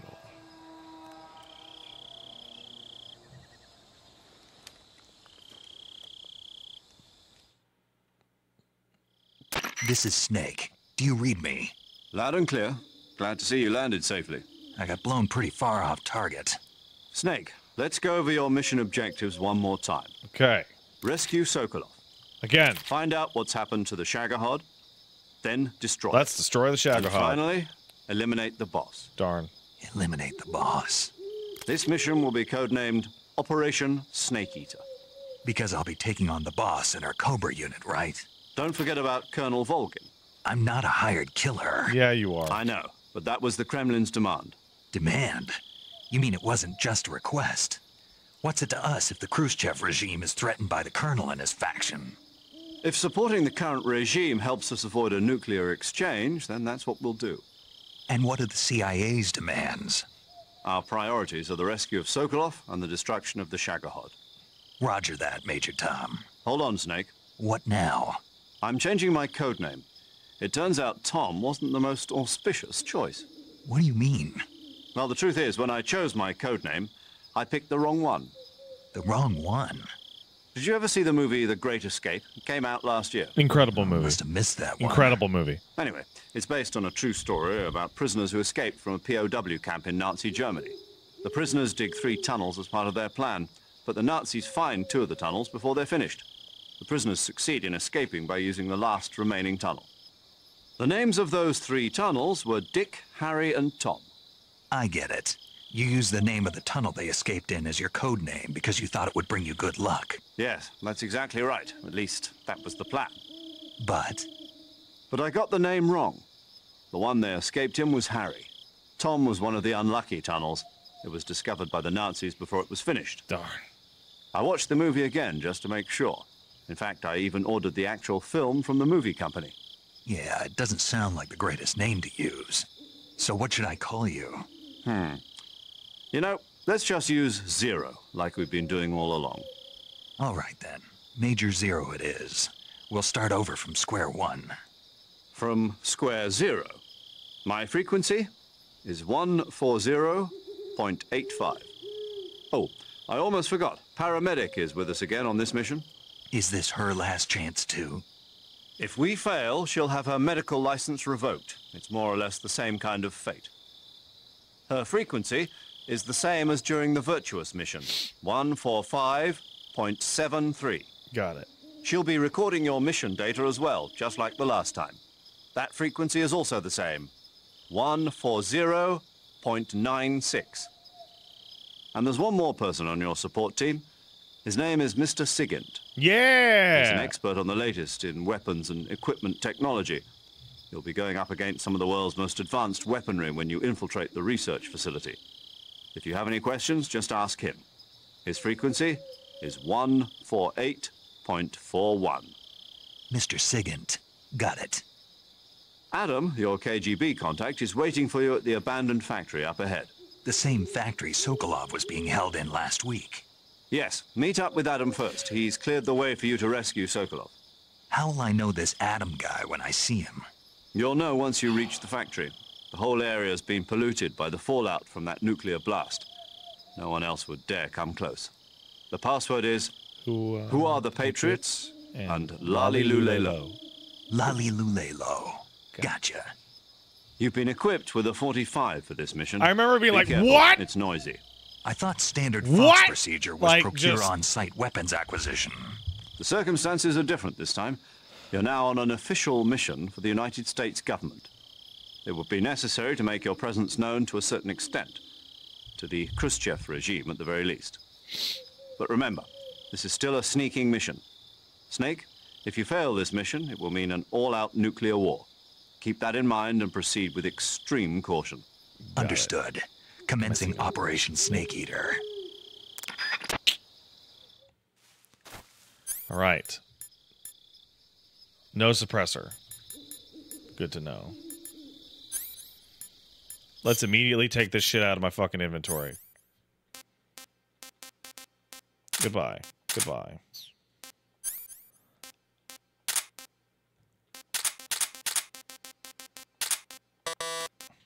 Got it.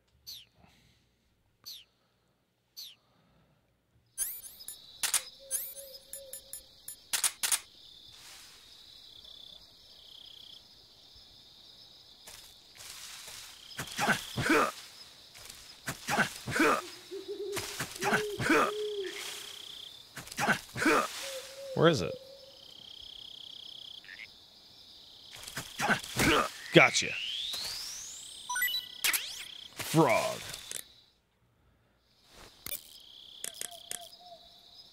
Paramedic. Snake, it's so good to hear from you again. Same here. It's been a week, hasn't it? 4 days, actually. Huh? I visited you in the hospital. You were still unconscious, though. Then you must have seen me naked. Yeah, but you were all wrapped up in bandages and tubes, so I couldn't do anything but look. Better luck next time. Let's hope so. But seriously, don't forget that you were like that until just yesterday. In fact, you really shouldn't even be on this mission. Keep an eye on your stamina gauge. If you start to run low, don't push yourself. Eat something to replenish your stamina. And try not to get yourself hurt. If you're wounded or get bitten by a It's venomous animal, wild go into how the they survival straight up viewer tell us immediately Adam and is treat going yourself to be using there healing. and he is a spy. Yeah. And can see like you still the know how sequence to of events nag. is so chaotic You're that you welcome. just And I completely can see you forget still until don't know the when to keep your fucking mouth post shut. credits. Maybe so. By the way, I heard you're going to lose your medical license if this mission fails. Like, Yes, it's so There good. was talk of that, but the mission won't fail, will it? Of course not. Good. I believe in you. But you know what? I really don't care about my medical license.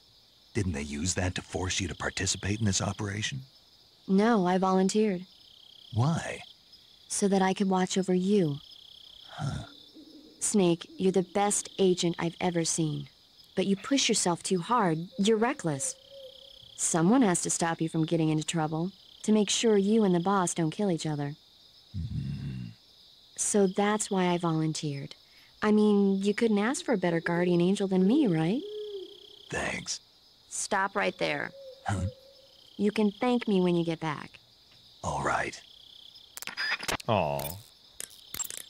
Snake, your first task is to meet up with Adam, the contact provided by the KGB. The rendezvous point Who's is the probably abandoned a factory man. to the north of your current position. Just saying. Head north. The abandoned factory. That's where I met Sokolov during the Virtuous mission. Correct, but we can't afford to have the same thing And who happen definitely this time. knows the password also. I know. Yo! You're Snake, aren't you? What up, man? And you're Sigint? None other.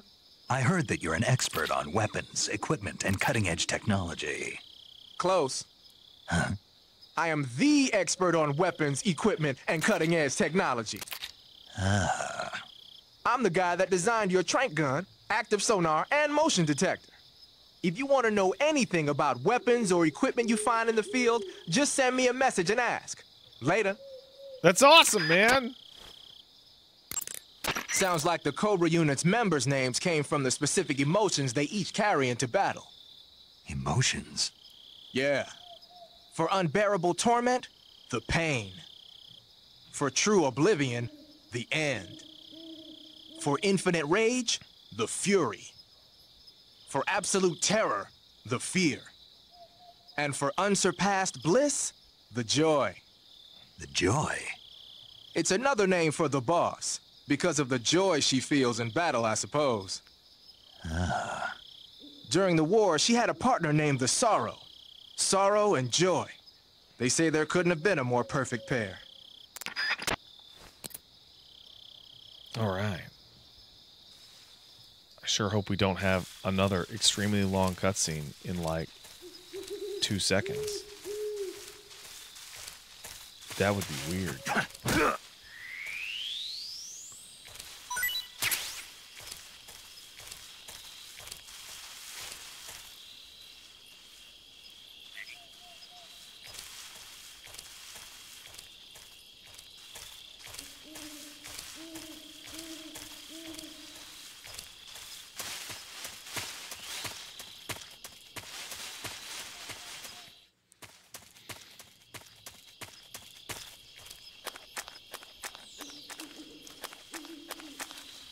Oh, right. What's my camouflage? Tiger scribe. Excellent.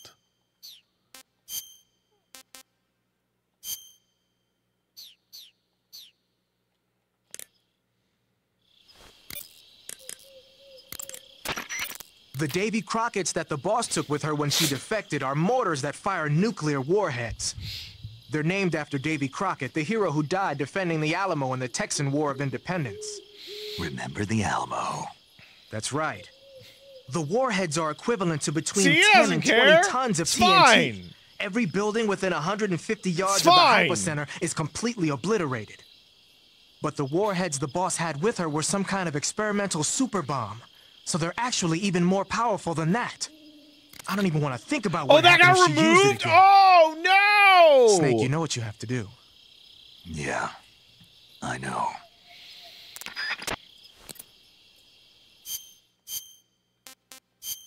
Oh, bummer. Woodland. It's because oh, it's fake? Oh, I didn't know that. Oh, fuck. Yeah, take that, Snake.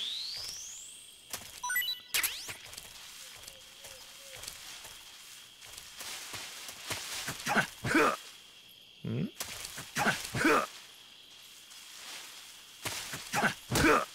Kicking these fucking snakes to death, bro. Yeah! All right, that should be enough.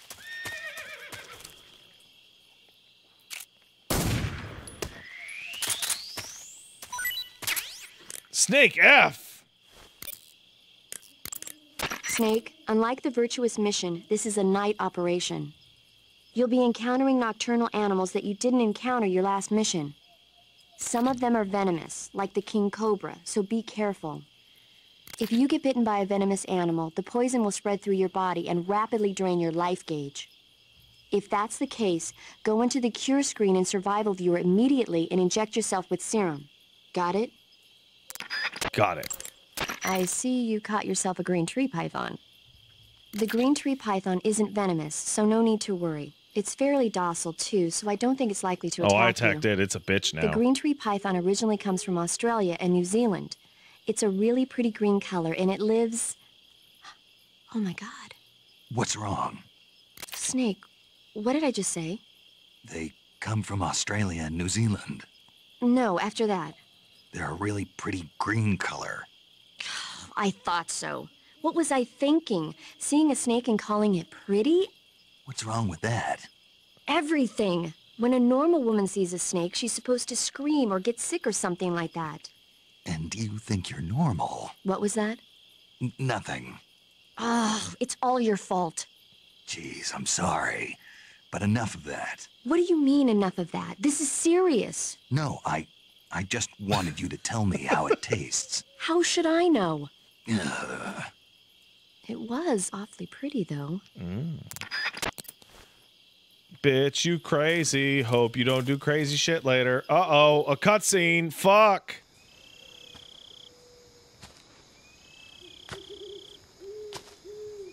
I cannot believe how little progress I've made on today's stream. It's kind of astonishing.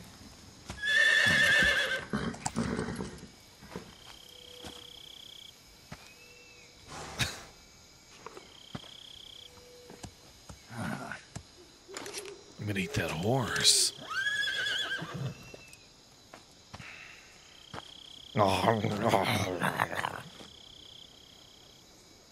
Looks like death wasn't ready for you yet.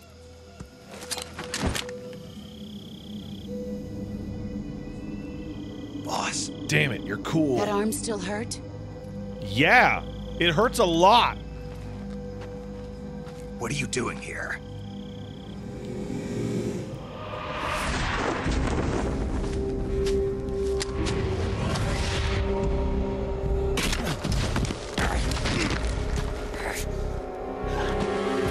You broke your gun again. Go home.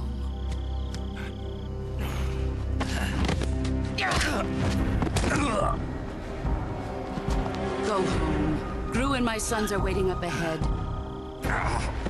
You don't have a prayer of finishing your mission. You're not even armed. Boss!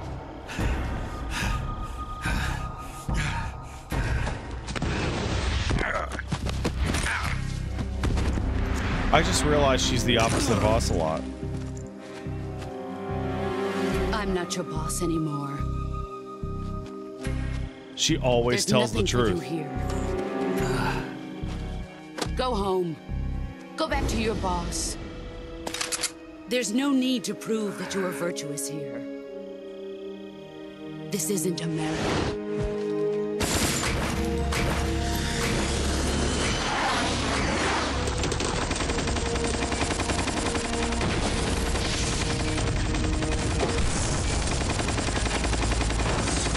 Everything she says ever is the truth. That should stir things up a bit. You'd better hurry.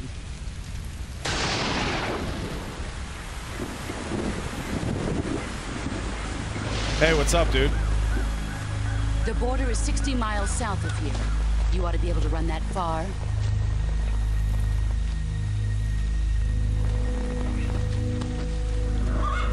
Why'd you defect? I didn't.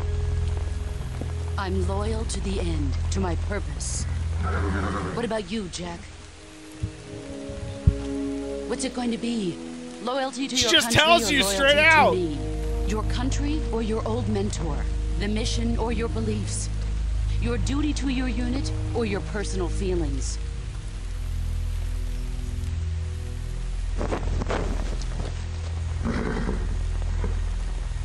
You don't know the truth yet. But sooner or later you'll have to choose. I don't expect you to forgive me.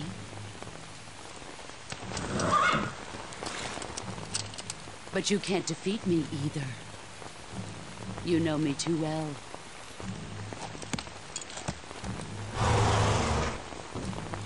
Just look at that bandana. If you can't put the past behind you, you won't survive long.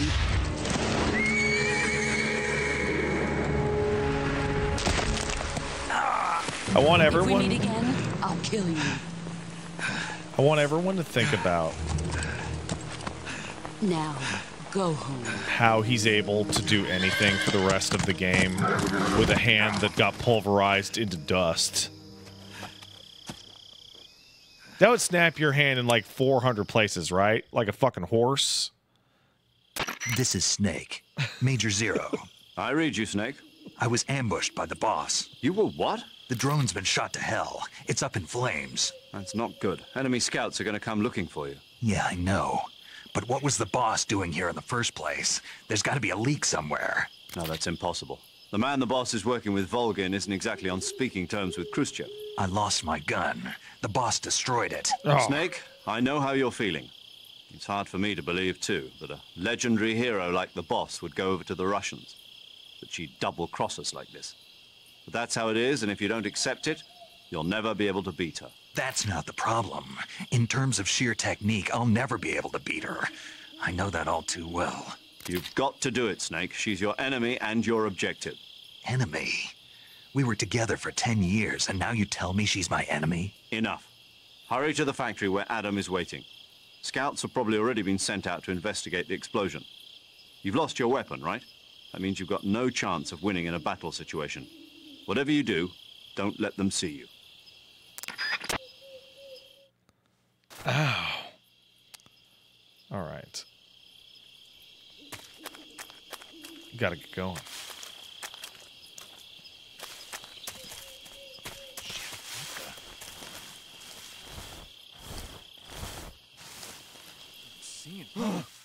What's this? HQ? HQ. This is HQ. Patrol here. We have evidence of an enemy intruder. Commence alert formation. Acknowledged. Sending reinforcements. Use extra caution. Shit.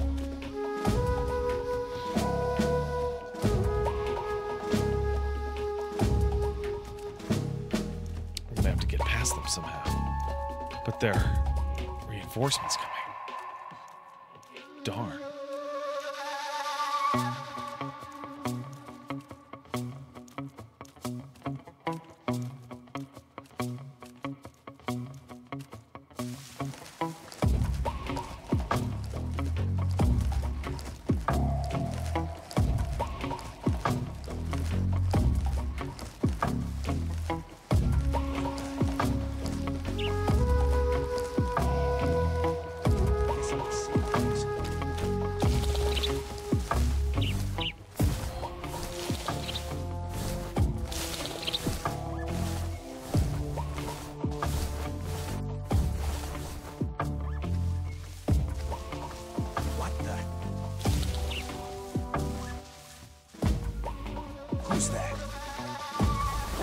Who's that?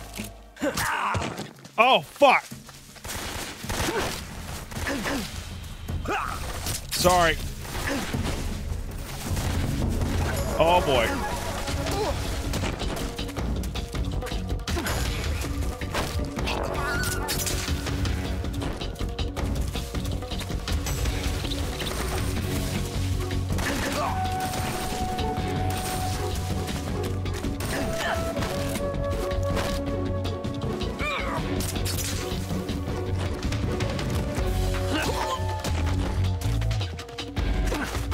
Okay.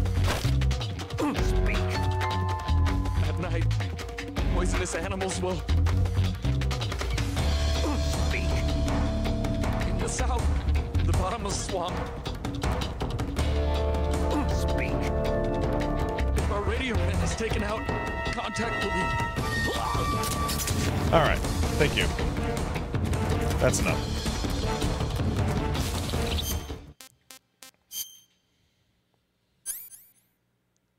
Oh, that's a deep cut.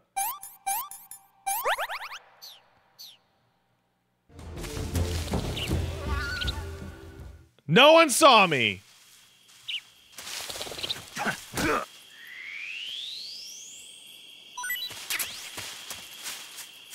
Hey, I didn't kill anyone during the Virtuous mission.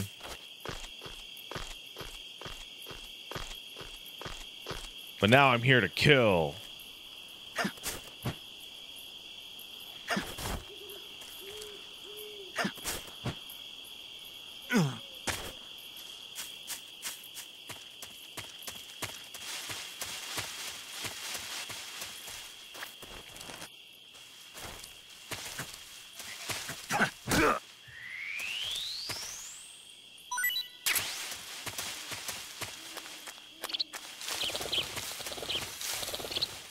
Nothing there.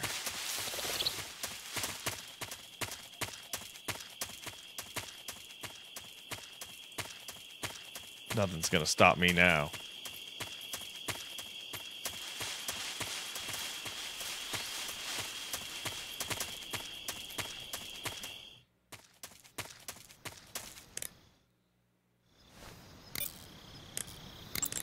You want to save? Hold on a sec. Thank you.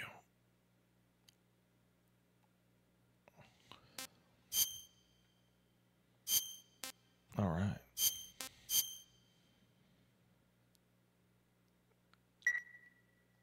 Okay, good luck, Snake. Thanks. Oh, no more movie trivia.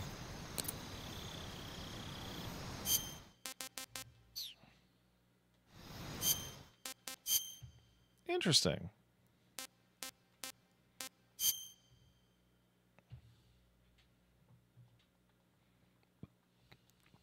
Well, gang, that's going to be it for us today.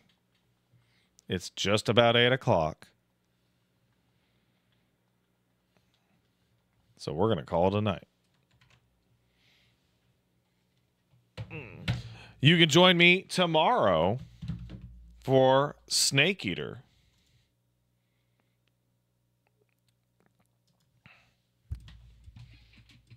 Snake Eater. Hey, buddy. Oh, you want to come? You want to come say hello? Oh, my goodness. Oh, my goodness. Caboose, how come you sit like a little man?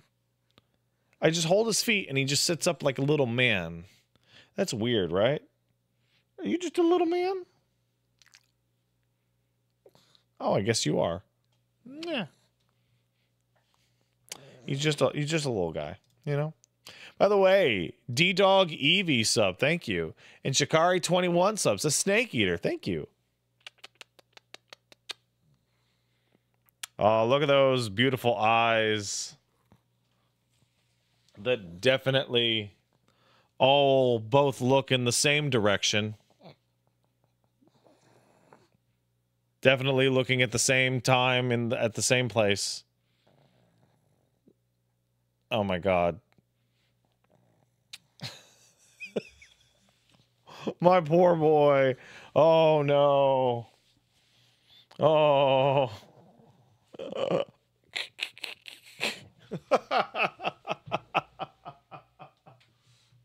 I think his right eye is the good one because he looks straight at me, but the left one's just like that way.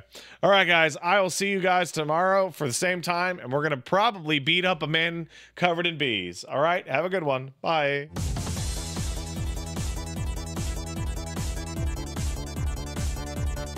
Oh, wait, before I go, actually, Monday, we're going to do a big stream. It's going to be from 2 to 10 Pacific. We're going to play Virtua Fighter. We're going to play sets with y'all. We're going to run tournaments with y'all. And we're also going to go over some video tutorializing of like maybe Dandy DLC or like basically how to play Virtua Fighter because many of you won't know how. So be big Virtua Fighter day. So I'll see you guys on Monday for that. But first, we'll be tomorrow for Snake Eater.